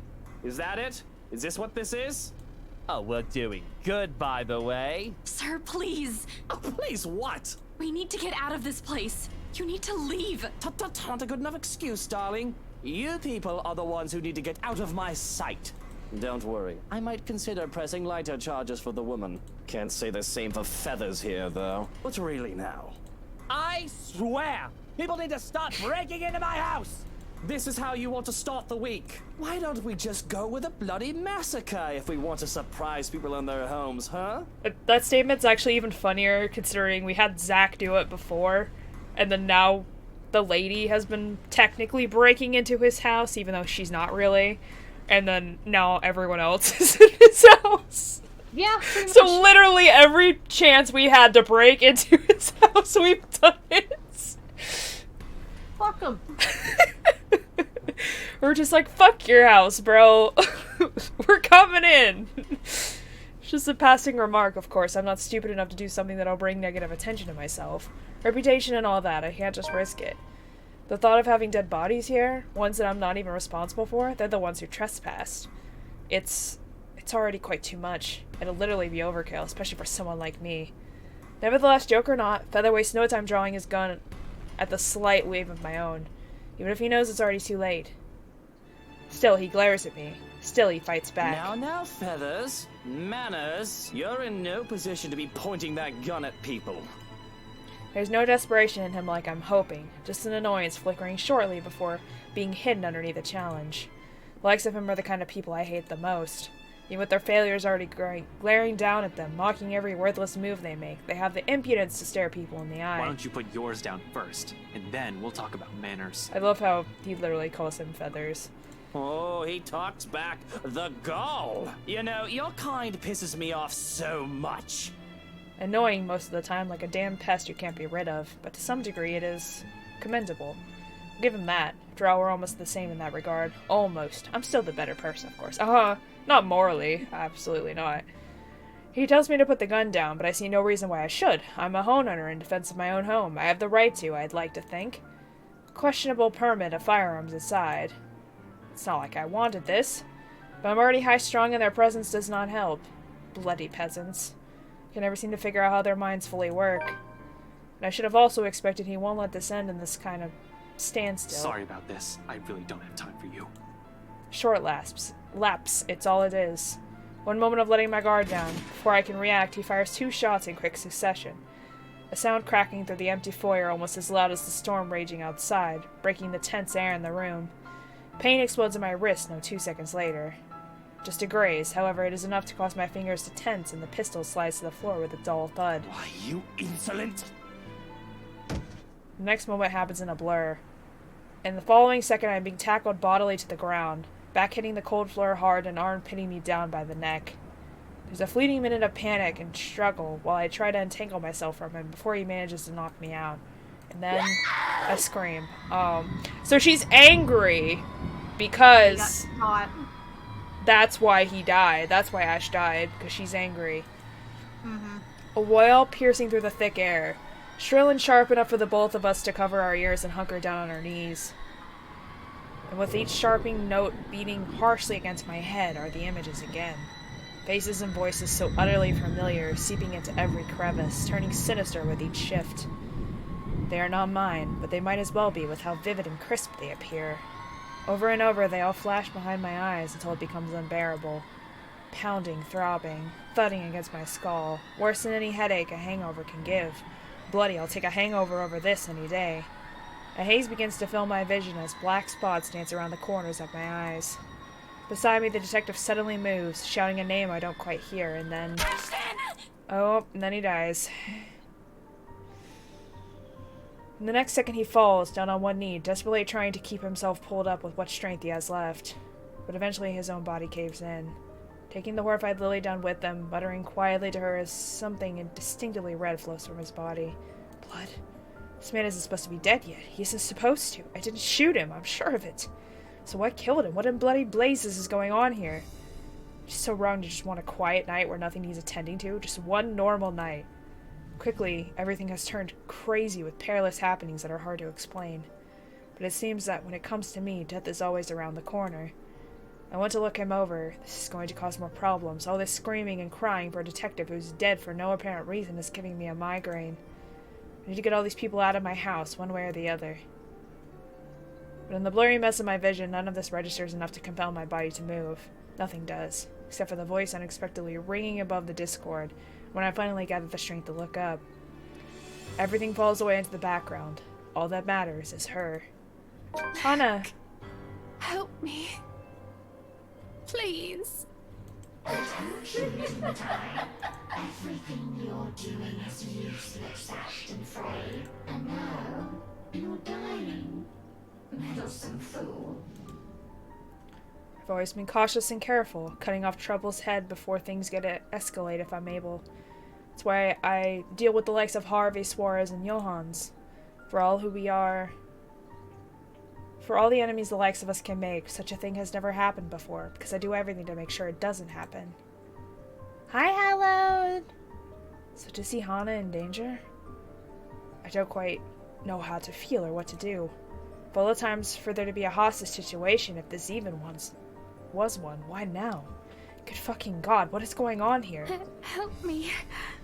Please. Please make it stop.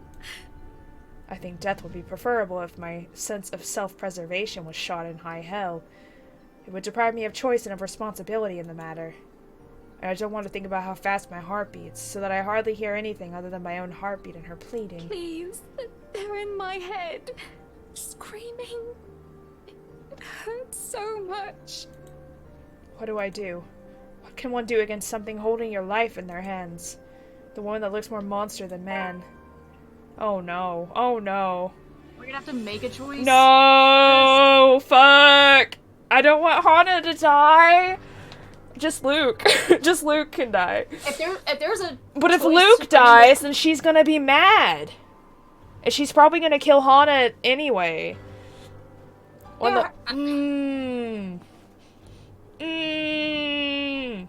When the woman's expression turns into one of amusement and her laughter fills the air, I want to call her out on it. There's a rage simmering just beneath my skin. My own scream dies down in my throat. All I'm able to muster is a pathetic croak. She laughs as if this is all some sick joke. My breathing becomes a bit too shallow for my liking, and I feel like I'm on a precipice where one wrong move could lead to someone dying. Fuck! This is crazy. All of it. Luke, help me. No! Stop! I can't. Something in me snaps. There's a switch in my head that wants to go one way or the other. Fuck! Do we stay quiet? Oh, damn. I don't want her to die. I know. Man, she's such a good person. Like, fuck Luke, but she's such a good person. But I do feel like demanding for her release will get her neck snapped.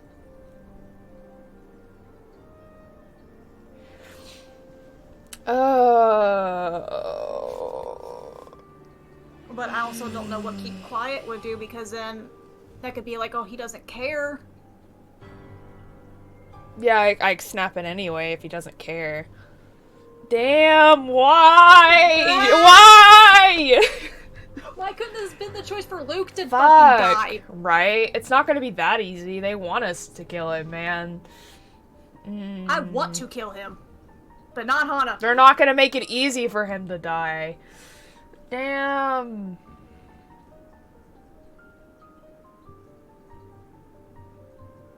What is she gonna do if we demand it, though? Like, how mad is she gonna get? Because I think, Takaka's treating it like as if they were the people from back then. And I feel like she sees Hana as Charlotte. Mm-hmm. Even though Luke is more of Charlotte's descendant. Maybe, we don't know. Well, we actually don't know, yeah, but... But with how their personalities are, that's what makes the most sense. But then again, the same time, the whole time they've shown him, like, in memories and stuff, he's just had, like, a dead look in his eyes.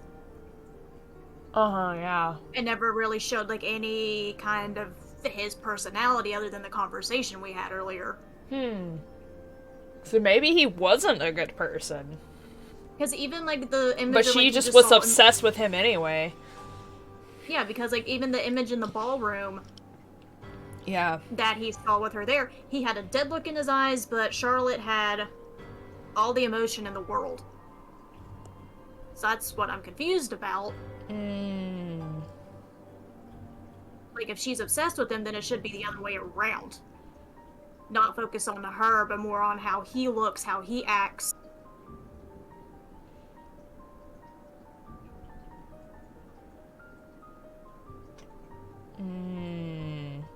Because I don't know what to do. This is hard. And then if we keep quiet, we're gonna look like we don't care about her.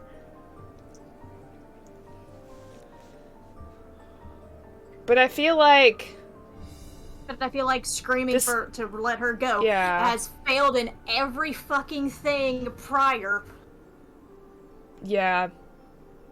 And going out of our way to be brave has not worked in our favor up till now. No, he even mentioned before, it's like, even with, if you try to put on a bravery act, it also sometimes comes with stupidity. Yeah. And, I feel like this is one of those moments where he needs to, like, let go of his pride for a minute. Because, like, demanding her release, like, instantly is, like, he's gonna be like, I'm fucking Luke Wright, I demand you release my wife, blah blah blah. And I'm like, that she don't care. So I just feel like either way though, unless we're just in a lose-lose situation and she gets her neck snapped anyway. It could be, maybe we fucked up before this, but no, I feel like, just with Ashton's choice, like, I feel like there's a right way to do this. Then do we roll for it? I feel like this is too difficult of a decision to roll for. I mean, well, we can't come to it. We don't even have, I'm lingering more on keep quiet, because what happened with Ashton was we acted brashly. And then we died because we acted brashly. Well, not necessarily like acting brashly, but also shot and knocked Luke out. Well, yeah, we took the initiative to actually actively, like, go against him. Which, and if we immediately go against her, I feel like that's gonna have the same reprimand, because she's gonna get angry.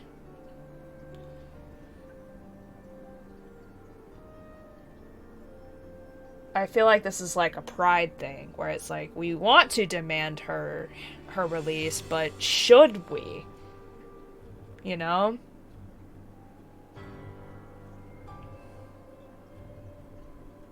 So then that's what it's basically boiling down to. Does he let go his pride?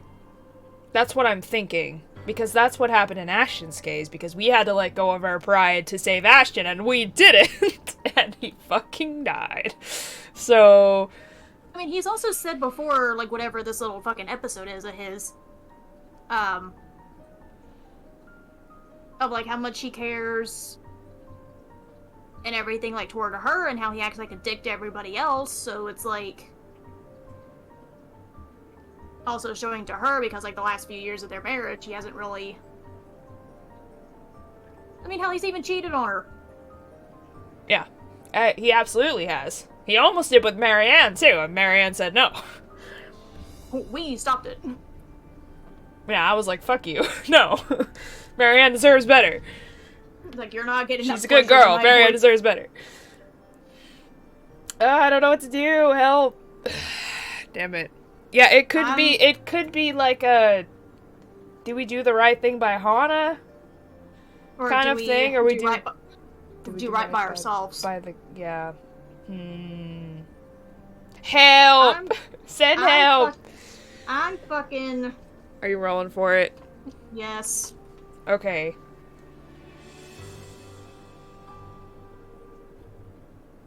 Odd number, HahnAraa's release. Even number, we keep quiet. Okay. That's fair. I'm fucking terrified. Help! We're gonna die! Help! We're gonna get our wife killed. Help! Ah, shit. I dropped it. No! That didn't count. Okay. Do it again.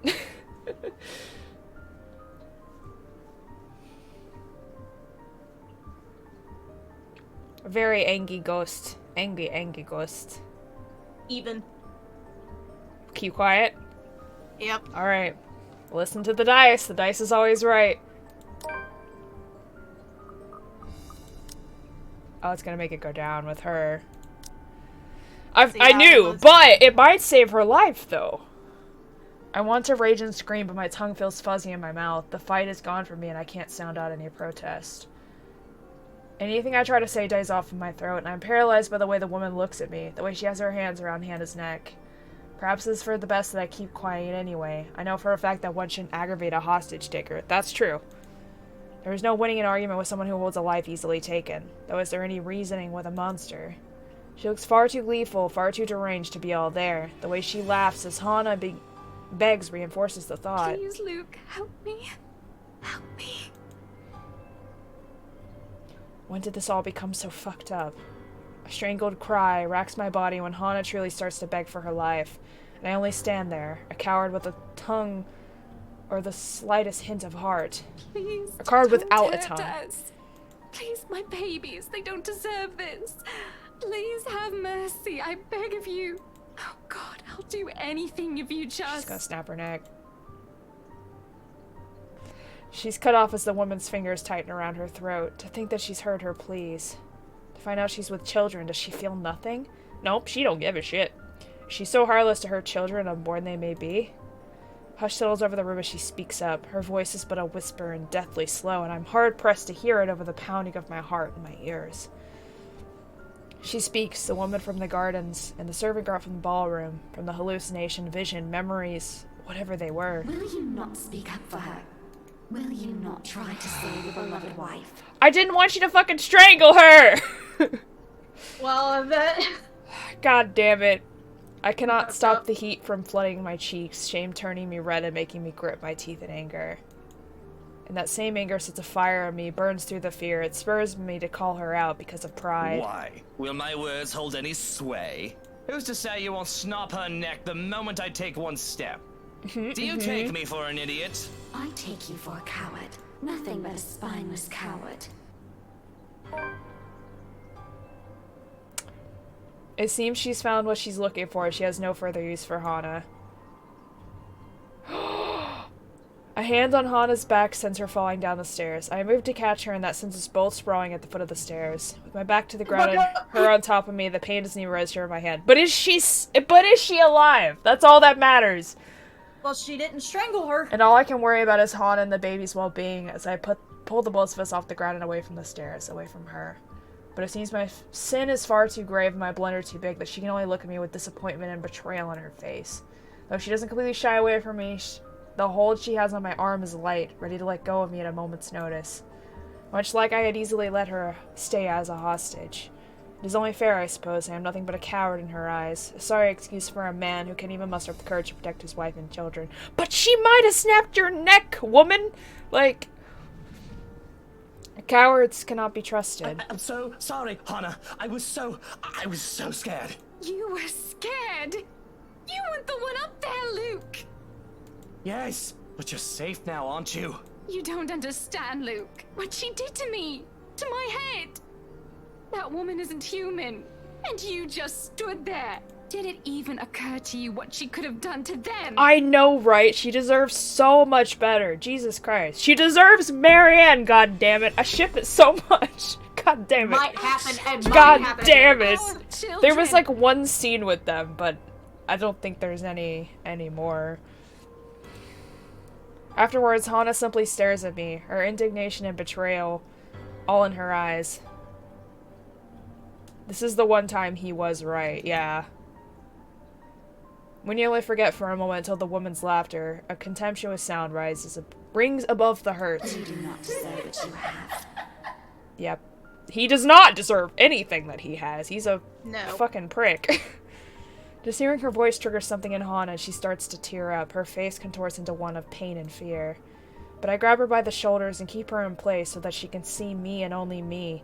so that I can only see her too. Look at me, Hana. Look, I'm here. You're safe. I won't let her hurt you again. You understand? Just breathe. I don't know exactly what in bloody hell is going on, yet I can't find it in me to care, whoever these people are and whatever they're here for. They are not acceptable conditions for a pregnant. These are not acceptable conditions for a pregnant woman, and absolutely not.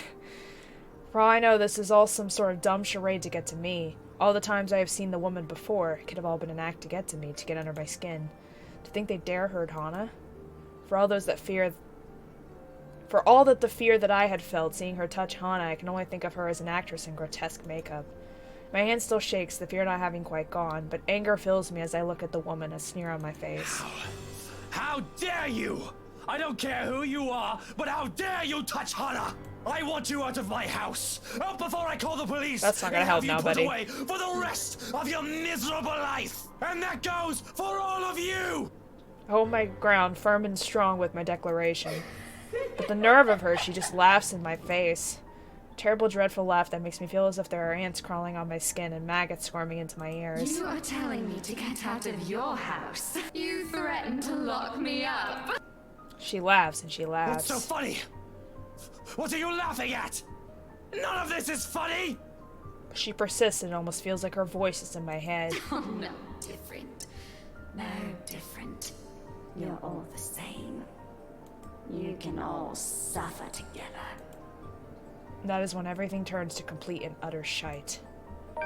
Oh, boy!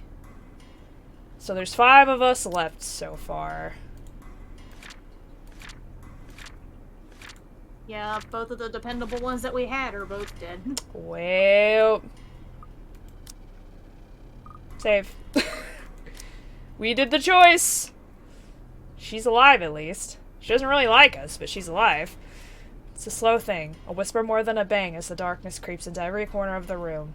The walls shudder and groan. Poor Marianne, look at her, god damn. Oh, yeah. She's been trapped in the fucking basement forever. And now she's, like, gotta deal with this shit. Like, my god. Blood runs from the ceiling, crawls down the walls, and stains the floor. Feels as if life itself is being sucked from the house slowly but surely. The beauty of the place is gone, with only the dead, decaying remains of a mansion left in its wake. I don't have to wonder if it's just the foyer that's become this nightmarish place. I can already hear it. Gone are the growls of thunder and the lashings of rain and the wind against the foyer's high windows. All of it has been replaced by a more grating sound. You know what I just realized? All the people that are alive are girls except for Luke. So if we kill Luke, we get our harem ending. That's so worse. Been the fucking plan the entire time. Oh, Ash and Zach are dead. Yeah, they died. We're not gonna talk about that. No, they but fucking the main died. goal from the beginning of this is to at least get Luke fucking dead by the end of this. God damn it, we're gonna keep it up. He's still not dead somehow. Yeah, they died. Rip. Oh, I hate that. A cacophony of voices from nowhere and everywhere echoing throughout the non-horrid walls. Non-horrid? Now horrid walls. Voice that neither belongs to us nor the people who live here. What's going on? Help! Please! Did she murder everyone in the fucking house? All throughout the house, shouts of alarm and surprise ring out, a mirror to the horror creeping up in each of us. Who wouldn't be shocked? This is insane. Even Daisy, feisty woman that she is, trembles at the sight of it, clinging desperately to Lily. Brave of them, I have to admit, to not just run at the first sight of trouble. Not that they have any other choice. There seems to be no end in sight to this insanity.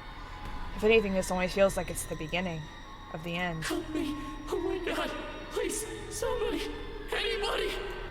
Who are you? Stay away! No. Stay away. Stay away. No! She's here! You've gotta let me out! She's gonna kill me! That's Zach. Except she's killed currently. Not everyone in the house, but like all the missing people. That's Ash. Their screams fill the mansion.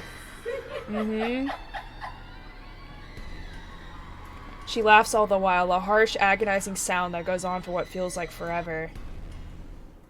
Oh, there it is, the bloody mansion again. until there was nothing but silence, her And that horrid QuickTime smile, music. and pale hands reaching out to me, calling, beckoning. Fuck no. Okay, save. You right. Save. Bleeding. I'm terrified. I really am, like I should be, but I have never been one to truly stay afraid. I've long learned that fear will not get me anywhere. Cowering in a corner doesn't keep me safe, and it will not keep me alive. Not like rage does. I've learned to use this burning hate inside of me to survive. There's no difference Stay now. away from me! Why do you wish to leave? This is where you belong, my lord. Remember the blood we share? The blood we share. This is your home. Don't you remember? You promised to return. To stay. Together with me. With us. With people no different from you. What is she talking about? What is she talking about, Luke? That exactly. I have no fucking clue. Don't listen to her, she lies. I promised no such thing to anyone. HahnAraa, you're the one who bought this house. How should I know what she's babbling about? I never even wanted to be here in the first place. A terrible case of mistaken identity. That must be it. I'm quite sure of it. Don't know what this woman, this monster. Why would I say to someone like her? My entire lifetime I've only made and kept sincere promises to a mere two people, Hannah Evans and Eleanor Chandler. No one else. The rest of those who claim I promised anything to them can go fuck themselves. Well, he said what he said. Bloody hell. I may enjoy the company of women, but I am not an idiot to start spouting such nonsense to anyone. A line must be drawn, especially if I'm going to keep myself alive. Yet she still goes on, insists. Making me appear a liar for these people. Of course you still deny it. Have you truly forgotten?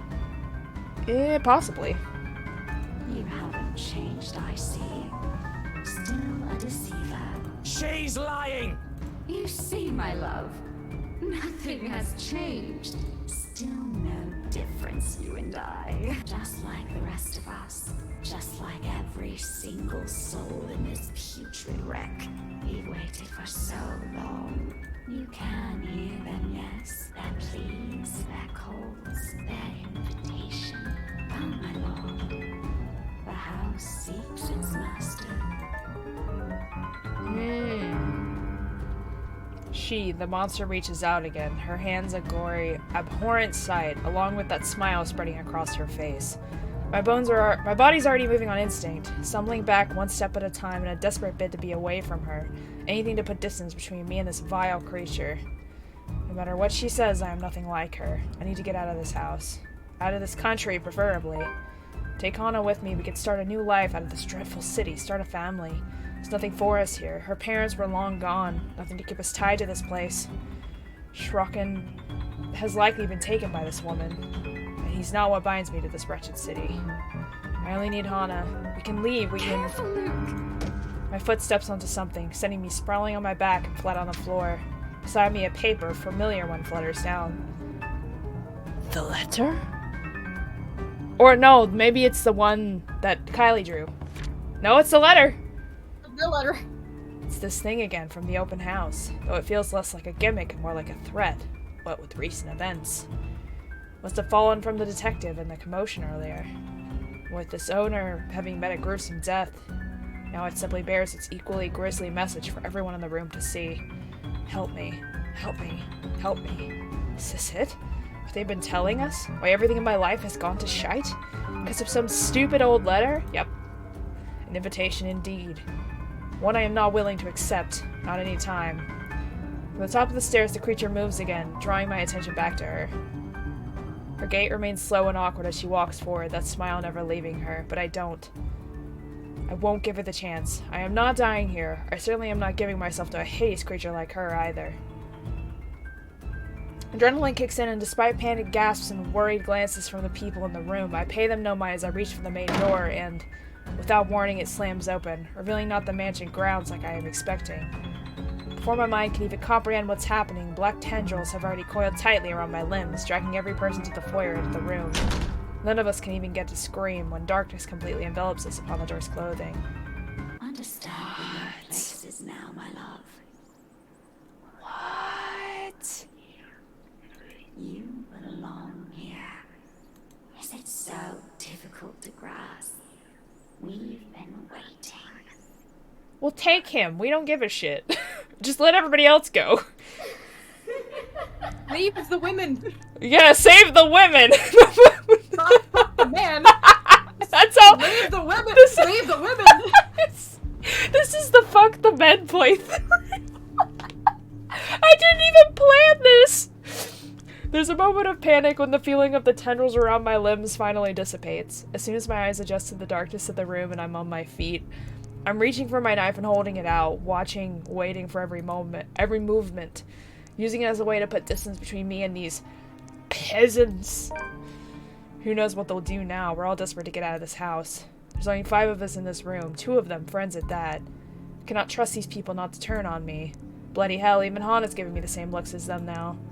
Though Mint has already gone loon, crouched in a corner and muttering to herself, you can't really say anyone's safe from her. If anything, she's the one I should watch out for. I cannot trust anyone. Not anymore. Not after this. Despite the pleading looks Lily shoots my way while they all huddle in the corner.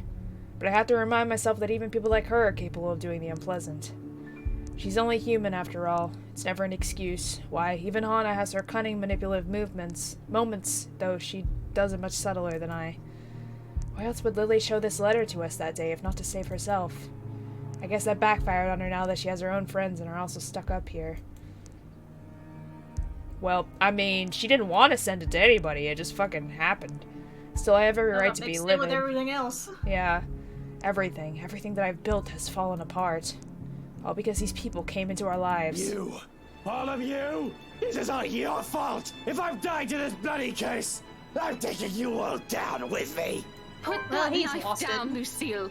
Luke, calm down. You're just making this worse. You shut your mouth! If it weren't for you, for this letter, for all of you, none of this would have happened! And blaming everyone in this room isn't going to get us out of this place. Please put that knife down, darling. You might hurt yourself. Are you taking their side? You're also stuck in this nightmare, Buttercup! What about the children? Aren't you the least bit worried about them? That creature is out to get us, and you're still defending these people! I'm not defending anyone, Luke. I'm just trying to be reasonable when you're clearly not. Oh, of course you're not. You're just the one who bought this bloody mansion to begin with. If I didn't know any better, you did this on purpose! Why the fuck would she do this on purpose? Why, no. Why would I ever do that? This was only meant to be an anniversary gift. For you. For us. For the family we're going to have. Right, anniversary gift. Oh, here's your gift, darling. Oh, by the way, there's a curse included in that package. I hope that's all right.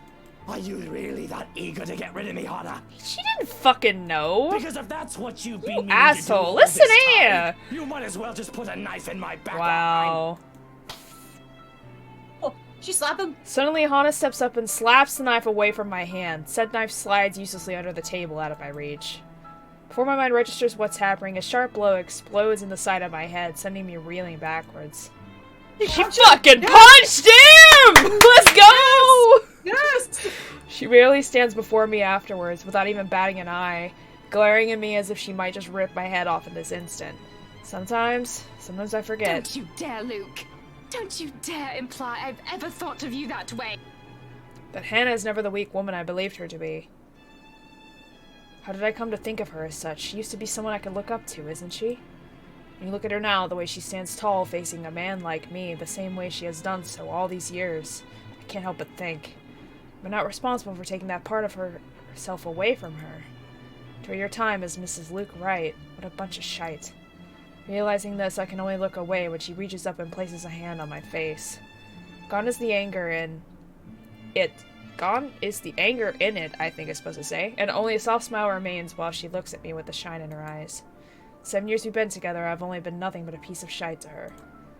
Yet here she is, still smiling at me the way she's done so many years ago. It's impossible to feel like a complete and utter trash like this. She has an uncanny way of doing that to me, really. Especially when she takes my hand in hers and places it right in her tummy. Right where 2 tiny babies are still growing, ours. Love, look at me. We've already talked about this. If we are still going to do this, it has to be the 2 of us. I will stay with you, but things are going to have to change if we want this to work. Excuse me. Oh, goodness. We can't keep doubting each other like this. Not until we find a way out of here. I'm sure we can. Maybe they know something we don't. You're going to rely on them for that? These peasants who brought this on us? Keep talking about us like that, and see if any of us here will keep you out of this place. Rebecca, stop! All of you, stop this! Hear Lily speak out loud, I can't say I'm not surprised. She's always given me the impression of someone so meek from the moment I've met her, either from her inexperience or her station in life. She has never struck me as someone fitting to be a real estate agent. Until now. Quietly, she puts herself between me and Daisy, cutting whatever scathing words we've yet to hurl at the other. The way she glares at me, it reminds me of a little of the way my own mum would look at me, particularly when I've done something wrong.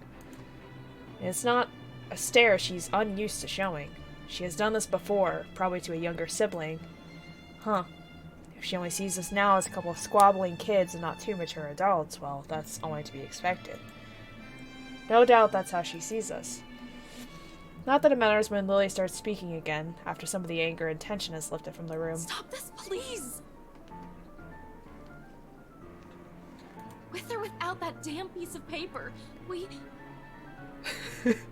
Go, Lily! All y'all shut the f up! Right?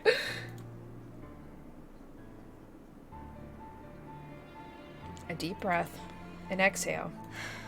And then she closes her eyes, a crease forming between her eyebrows while she grips her hand tightly in front of her. We still would have ended up in this mess. The atmosphere that descends into the room right after that admission is anything but pleasant. Can I call it that? An admission? Probably not. Seems like it from the way her eyes nervously flick between her friend and I. She appears to know more than she lets on, and how she makes herself appear smaller after dropping that bomb on us doesn't sit quite well with me. And patience is something I don't have the luxury of having right now and bestowing upon other people. What else does this girl know? What do you know, woman? What else is she not telling us? Because from the looks of this, even her friends has no idea what she's talking about. Unwilling to wait, I grab her arm before she retreats without explanation, waving the letter still in my hand in front of her. Ow! Sir, you're hurting me! Luke, will you stop taking it out on every single person? Mr. Sir. Your friend is hiding something, Daisy.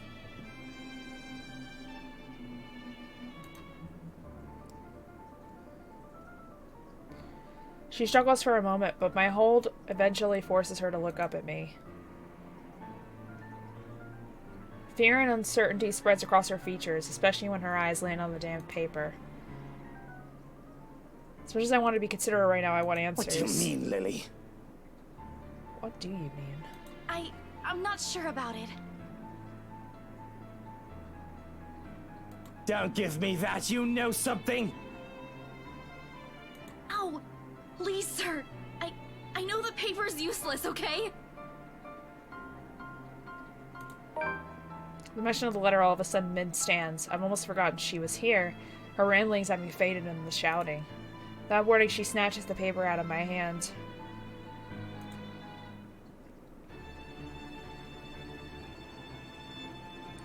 It's a miracle it didn't rip right then and there, but the way she glares at it, I think she may want to do exactly that. We should have gotten rid of this thing! We should have burned it at the first opportunity we got! No! Even if we rip it to shreds, it won't do anything! I think... You don't know what I've seen, Santos. There were children! Victims! All because they had no idea what this thing will do to them! Oh god, those poor souls! They were screaming and begging before she...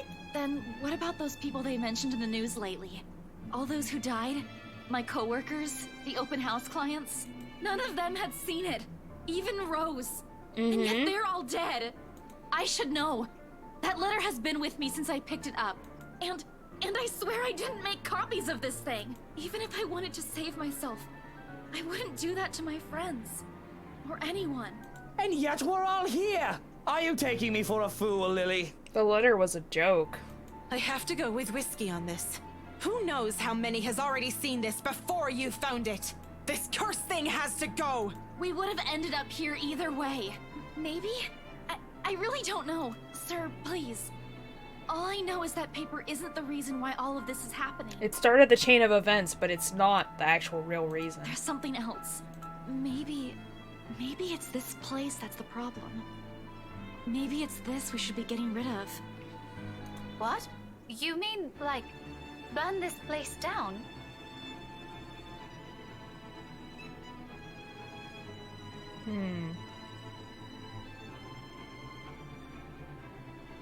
I don't know if that would work, though. I still think we should get rid of this letter before we start thinking of destroying a place with some historical value. What? No! We are not burning a multi-million-pound mansion, you peasants! I just spent a fortune on this! Well, yeah, but if everyone lives, then... Seriously, fuck Luke, the money. Are you really more worried about that? Buttercup, marching, millions. It's going to take years getting all that money back. Well, you certainly won't be getting any of that money if you're dead. Really, Luke? Is that more important than your life? Bloody fucking hell! Not only do I have trespassers on my property, but they're also arsonists! How dare they suggest something like that? Bloody peasants. My head's already aching just listening to them. I think this is all the solution they can come up with. I should have just stabbed all of them and made a run for it. Doesn't help though, with each second we spend talking here, the crazier this whole place gets. Oh no. The voices have become louder and somehow sounding more vicious. If the things in this room start floating, mark my words, I will fucking flip out. And they may not be thinking of it right now, but eventually they'll turn on me. Such is the nature of humans. Better find a way out of this place as soon as possible, if I want to stay alive. Fuck, I still have so much to do. None of our choices seem sound, but who knows? We don't understand a shite about this place. Might as well try everything, yeah? Whatever works. I also have to be the one to make that bloody decision, so be it. Less room for errors, we're the only sane one doing the thinking. On the off chance I'm wrong, well, they suggested it. Burn the mansion! That's what I think. Yeah, burn the house. Burn the house down. Fucking burn the house. Well, because she is right, like, none of them saw the paper. Yeah. The letter doesn't have anything to do with anything. It was a prank. Well, no, like, the letter was still there, but the send this to 5 people part was the prank. Yeah. But it didn't matter who saw the letter. Like, that part of it didn't matter. It was... yeah, it was the mansion in general. Burn the mansion. I'm going to regret this, I will. With these cries growing louder, this has become the easiest decision I have ever made. I'm getting tired of hearing her sobbing, really. It's just irritating. Isn't she getting tired of it? Besides, someone has to act fast, think fast, and what else is the root cause of our problems with this place where the letter was found? No need to make things more complicated. It started here, why won't it end here? But if Lily has said it's true, then there's all the more reason to destroy it. Put an end to this madness before someone thinks of putting this blasted place up in the market. When I get out of this place, I swear I'm suing a bunch of people. Run that estate company to the ground if need be. We spend millions, damn it. Well, who fucking cares? Millions. With a sigh and perhaps a heavy heart, I open up one of the drawers in my study table, taking a bottle of liquor out for myself and then passing it on to every occupant in the room. They accept it, but not without a look of protest or a confused glance my way. It does shut them all up, so maybe I've done something good. Look, this isn't the time! Even more when I pop the cork out the bottle and pour its contents onto the floor. What are you simpletons waiting for? We waste no time dousing the whole room, the smell of alcohol filling the air. If I didn't know any better, I'd say they were more than eager to set this whole place on fire. The blaze catches easy in the room when I set it alight, using the blasted paper as kindling. There you go! Burn the letter and the house! The whole place drenched with wine and all manner of things alcoholic I've been hiding from HahnAraa, the small fire turns into an inferno. Matter of seconds, we're out the door. Doesn't exactly lead where I'm hoping it will. Although ending up at the kitchen does give us more reason to play like a bunch of pyromaniacs. Fishing the liquor stocks from the cupboards, we also do the same thing we've done to the study. Door after door in each room we pass, pouring bottle after bottle of expensive aged liquor and setting everything on fire, only leaving once the blaze has started in earnest. When we run out of liquor, we simply drop the bottle and take one of them from my mini nicks. I've stashed one. And there's no lack of it here. The hard stuff, the shorts, the watered down kind. How many hiding places did he have? I fucking know, a lot. Gifts from a distant relative, friends, so-called friends, you name it. I've made sure there's always one within reach. Have you been hiding these from me all this time? How many of these are in this mansion? Only a few bottles in the bedroom. and a parlor, and the dining room. Lucia, we are going to have a very long discussion about this drinking problem of yours. And I'm telling your doctor. Well, this isn't the time to discuss that. Turns out it'll be useful now. Not to drown out my sorrows, but for this, wonder of wonders, though I suppose I can not now say it has saved my life. But there's no time for some introspection now, because with each room we pass and burn, the place also becomes easier to navigate. And as if it's slowly righting itself, returning to what it's supposed to be. Soon we find ourselves standing before the main door, though strong odor of burning wood, cloth, and varnish alike wafts from under the doors of the rooms we've previously torched, slowly filling the hall with thick black smoke. The blaze has also started in earnest in every part of the house. I can already feel the heat seeping from the rooms I've set aflame. In a matter of minutes, flames will engulf the whole house. Pityingly, that is when she appears again before us, watching us from the top of the stairs while her world goes up in flames around her. However, what catches my eye is the expression on her face. Not that vile smile I've already grown accustomed to, or the one where her eyes gleam with complete hatred. This one? Forlorn is the only word I can think of to describe it. No, please. Help me. Help me, please. Can the dead still feel? Can she hear us? Or is that merely another one of her tricks to trap us in this nightmare? Like this, however, she seems almost like the woman she used to be. I don't waste any time pondering over it. Now with the exit just a few steps away. The door's finally open, and through it I can glimpse the world outside. Safety. However, I do turn, if only to see the last of her. A farewell more than anything. For all her attempts to lure me, draw me in, her wishes to be with me, she does not stop me when I finally run from this horrid place. Quietly, she disappears. Oh, whoa. Light it up, light it up, up. Watching a multi-million-pound house burn before me, for some reason nothing about this bothers me. Maybe it's that one last look on her face that has changed it. Maybe it's what I've seen and heard inside. There's only a calm, a stillness. The same hush that comes after a terrible storm has swept the countryside. And with it is the sight of the sun rising above the horizon. Ever so slowly, the sky begins to lighten before my eyes. Darkness giving way to the warm morning hues, soft rays spilling over the vast expanse of Luxmorn's countryside. Nearby, the trees sway and rustle with the breeze, a passing draft that carries even into this room from outside, cold enough to make me shiver. The remnants of a storm that has passed. In the distance, I can hear the soft chirping of birds while the rest of the world stirs, wakes. Dawn at last. We are free. Damn it, he lived. Yeah, I didn't really feel like I had a chance to kill him. At all. We should have killed more people to get to him. Damn it. Oh well. I wanted the girls to live, though. Maybe we can have him commit suicide. I don't know. And the epilogue! Like the flames that engulfed the mansion that night, whispers quickly spread across Luxmorn City after the incident. Officers who investigated have simply deemed it an unfortunate accident, resulting in the death of innocent lives. Regardless of the truth, Luke Wright files criminal charges against Briar Realty Corporation after, for undisclosed reasons to the public, forcing the latter to declare bankruptcy. A move that has merely stoked the rumors further. But for those who still believe in the stories of the old and those who know the truth, it is but a testament to the curse and the Y'all are scary! No, I was reading Jesus' message. And the secrets Yermagard Mansion has hidden for centuries. Man, our despise of Luke Wright has no bounds, man. Started from day fucking one. If there will come a time those will finally be revealed, only the ashes of the now ruined mansion know. However, on nights when the wind howls and the thunder booms across the sky, some still claim hearing of voices where it once stood. Of cries and wails that fill the night and desperate calls of help for anyone who dares listen. As for those who once tread its halls, despite their best efforts to make things work between them for the sake of their children, Luke and HahnAraa were unable to settle their differences. Yes! In the end, the latter files for a divorce. For several months, they became a subject of gossips in the mass media in the city.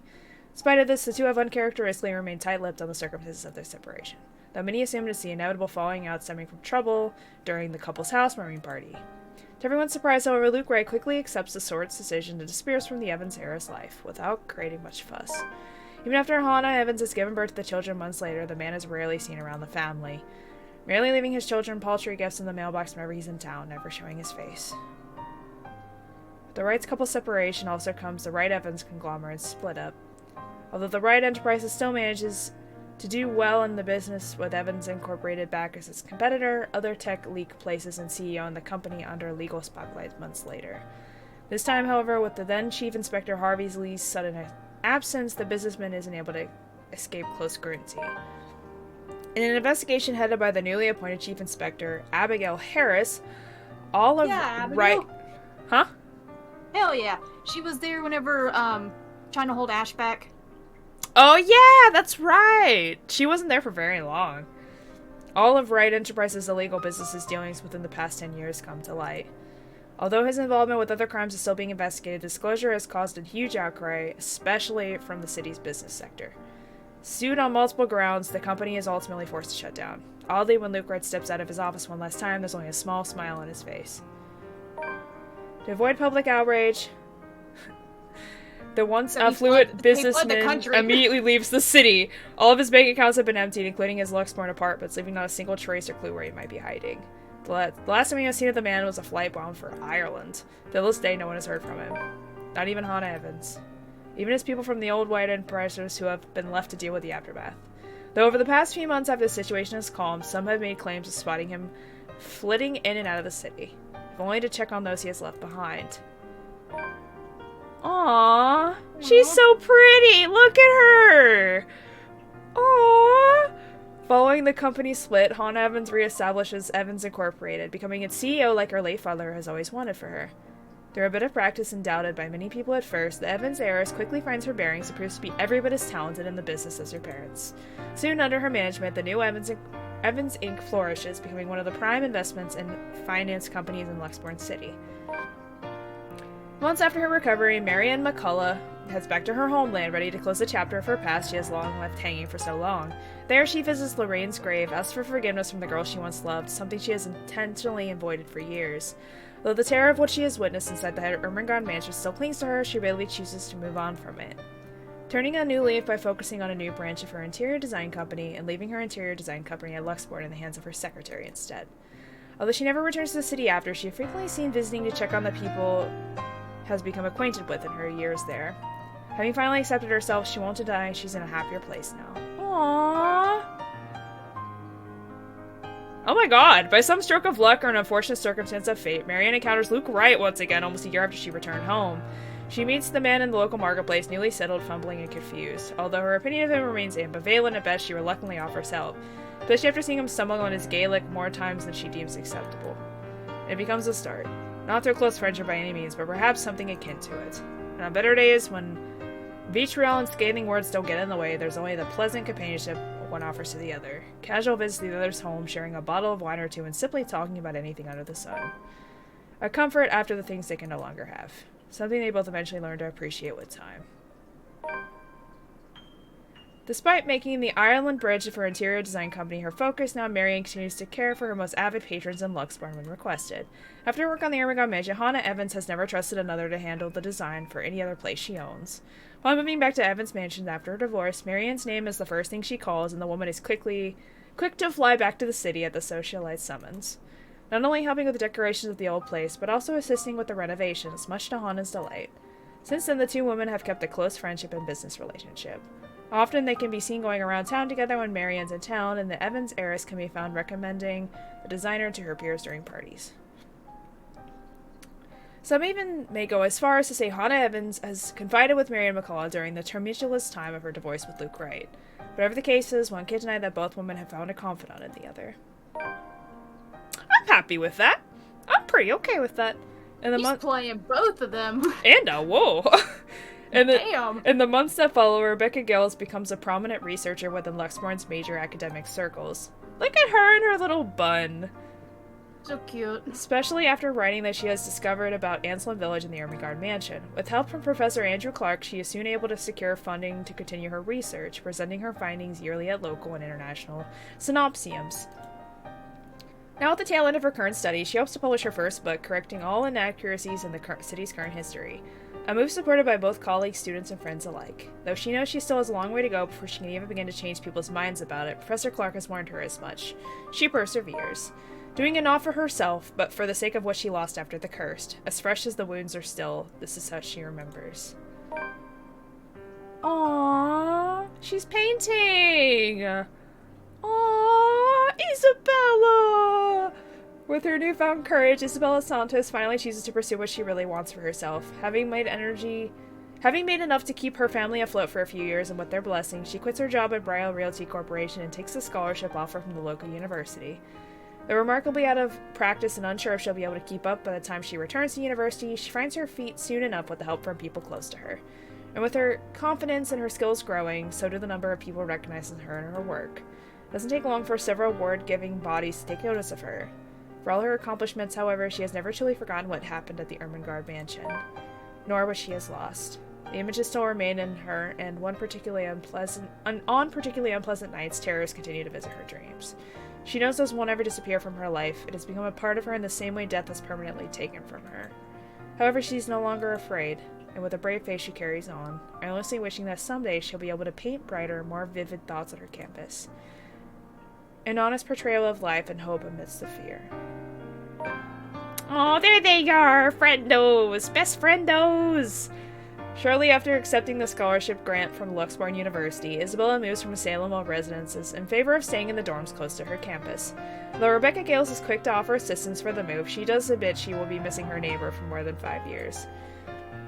When all is said and done, she has become fonder of the girl of the years, and with their shared experience over the curse, they have grown closer. Isabel leaves with the promise to visit every once in a while. And even though she still jokingly complains about Rebecca's bossy attitude, she confesses that she also misses the women's fussing.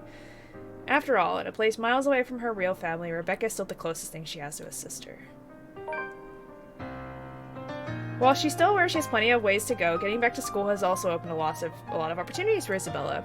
At times, part-time work has started to come in droves, and she's able to support herself financially through her art alone. Something she has also dreamed of as a child. And when clients are generously enough, she is able to send money back home as well, despite her family's reassurances. One such client is Marianne McCullough's interior design company, who frequently commissions her for murals after the woman has learned of her skill. Aww! Though at times she finds it difficult to keep up with the interior design standard for quality, it's a job and a challenge she's only too happy to accept if it means doing what she loves. Although Isabella has already taken the first steps towards her dreams, she has never forgotten the sacrifices her friend has made for her. The same one who has quietly encouraged her despite his careless words. Even after so many years, she remains a constant visitor where Ashton Frey lies. Sometimes staying for an entire day, simply speaking of the mundane, exchanging jibes with the man as if he's still there with her. The wounds are still fresh, she can never deny that. There will always be a part of her that will carry the grief of losing him, and another that left with him. But Isabella soldiers on with life instead of wallowing in her grief, knowing the detective will only tease her for sulking so long. She paints, and that is how she has chosen to remember him. You're tearing up at that one. That's it, man. We fucking did it. Let's go. Oh my god. Alright. I forgot Amanda Lee was in this. Yeah! It was Amelie. Wow. Could we have actually helped her? That's the question I'm asking. Was there a way to, like, save her soul? Like, rest her soul or something? I feel like there has to have been. Instead of, like, burning the whole house, which is an option, obviously. Well, was there a way to actually help her? I honestly feel like it had to be, like, in the deaths of everybody else in order to be able to learn fully, like, what had happened. Because we still never figured out, like, what she meant between the blood that they shared with her and Luke. Mm-hmm. Which we didn't have more... If we would have had more people die, we probably would have learned more about that. But we saved everybody except for Ash and Zach. Ash and Zach. Not all villains can or should be redeemed, though. That's true! But usually the true arc is usually the one where, like, you realize that not just burning everything down is the answer, but also setting the chaotic, you know, person's soul to rest, or like, you know, because it just feels like a missing piece where she's saying help her at the end, you know? Like there's another thing we could have done to settle the curse without having to just destroy everything. Also, the song is very pretty and I like it. It's very pretty.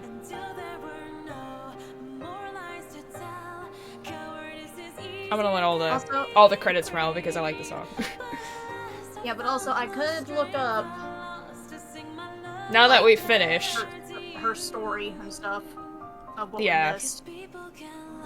I mean, do you want to know?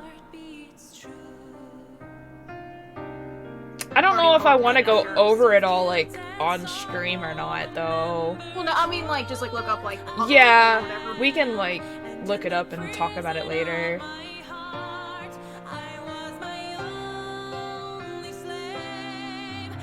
I just can't. Because I'm curious. I really am curious about it all. Yeah. 12 parts, man. Also, when did we start this? Jesus, like 2 years ago or something? Hold on. Hold on. It was like towards the beginning of my Let's Plays and stuff. Yeah. It's been a while. I wasn't even a VTuber then. No. So this is predating all that. Scrolls! Scrolls! Where the fuck is it? There it is.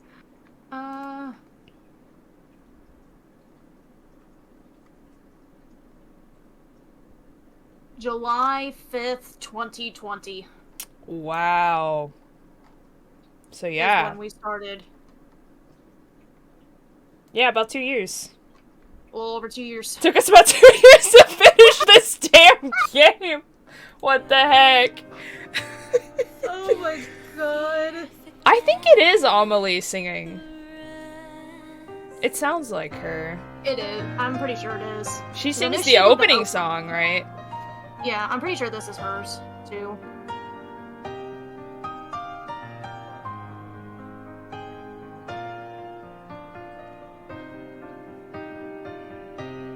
Thanks everyone for playing. Hope you enjoyed the game. It's been fun. Part of the production. I really appreciate the team's effort to incorporate what you suggested. Hope to see you all somewhere again soon. Aww.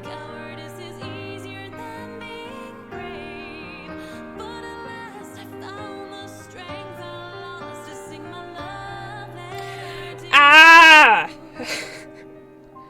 Now I feel like a part of me has died. HahnAraa, best plot and backstory. And whoa, I don't know her backstory much. Letter page 2. No Luke Isabella, HahnAraa Isabella. What do they mean by page 2? Huh. I don't know about HahnAraa and Isabella, but HahnAraa and Marianne, I do like that ship a lot. Oh yeah, that definitely. Oh, and more? Oh, post credits. Where are you, Teal? Hi. Please. She's here. She's still here. See? We didn't kill her. Help me,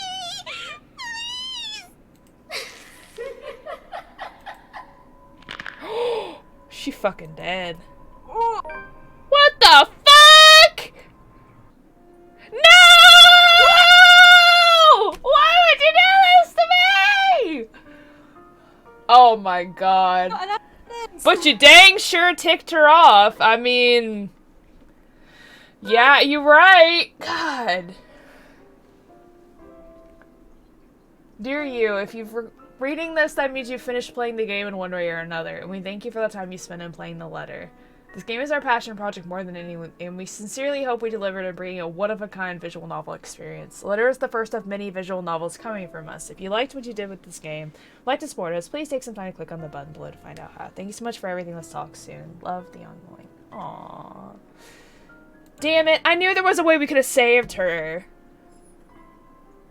like, helped her and freed her, but I don't know how. What could we have done, bro? What could we have done? I don't know. But if we would have burned the letter, I feel like that wouldn't have done anything. Like, no, that wouldn't have killed them. I think that was the choice of whether to get Luke. Whether they lived or died. Killed. But if everybody died in the house, would that have settled her? I don't know. Like, because I feel like if Luke died, maybe she would have been at peace, but I don't know. It seems like everyone that's connected with the house, she wants fucking dead for some reason. So, I don't know. That's so freaking weird. So everyone went on and lived a happy life, except for Kylie, who got her neck snapped at the end, apparently. Well, heck. Because her PO abandoned her. Rip, GG.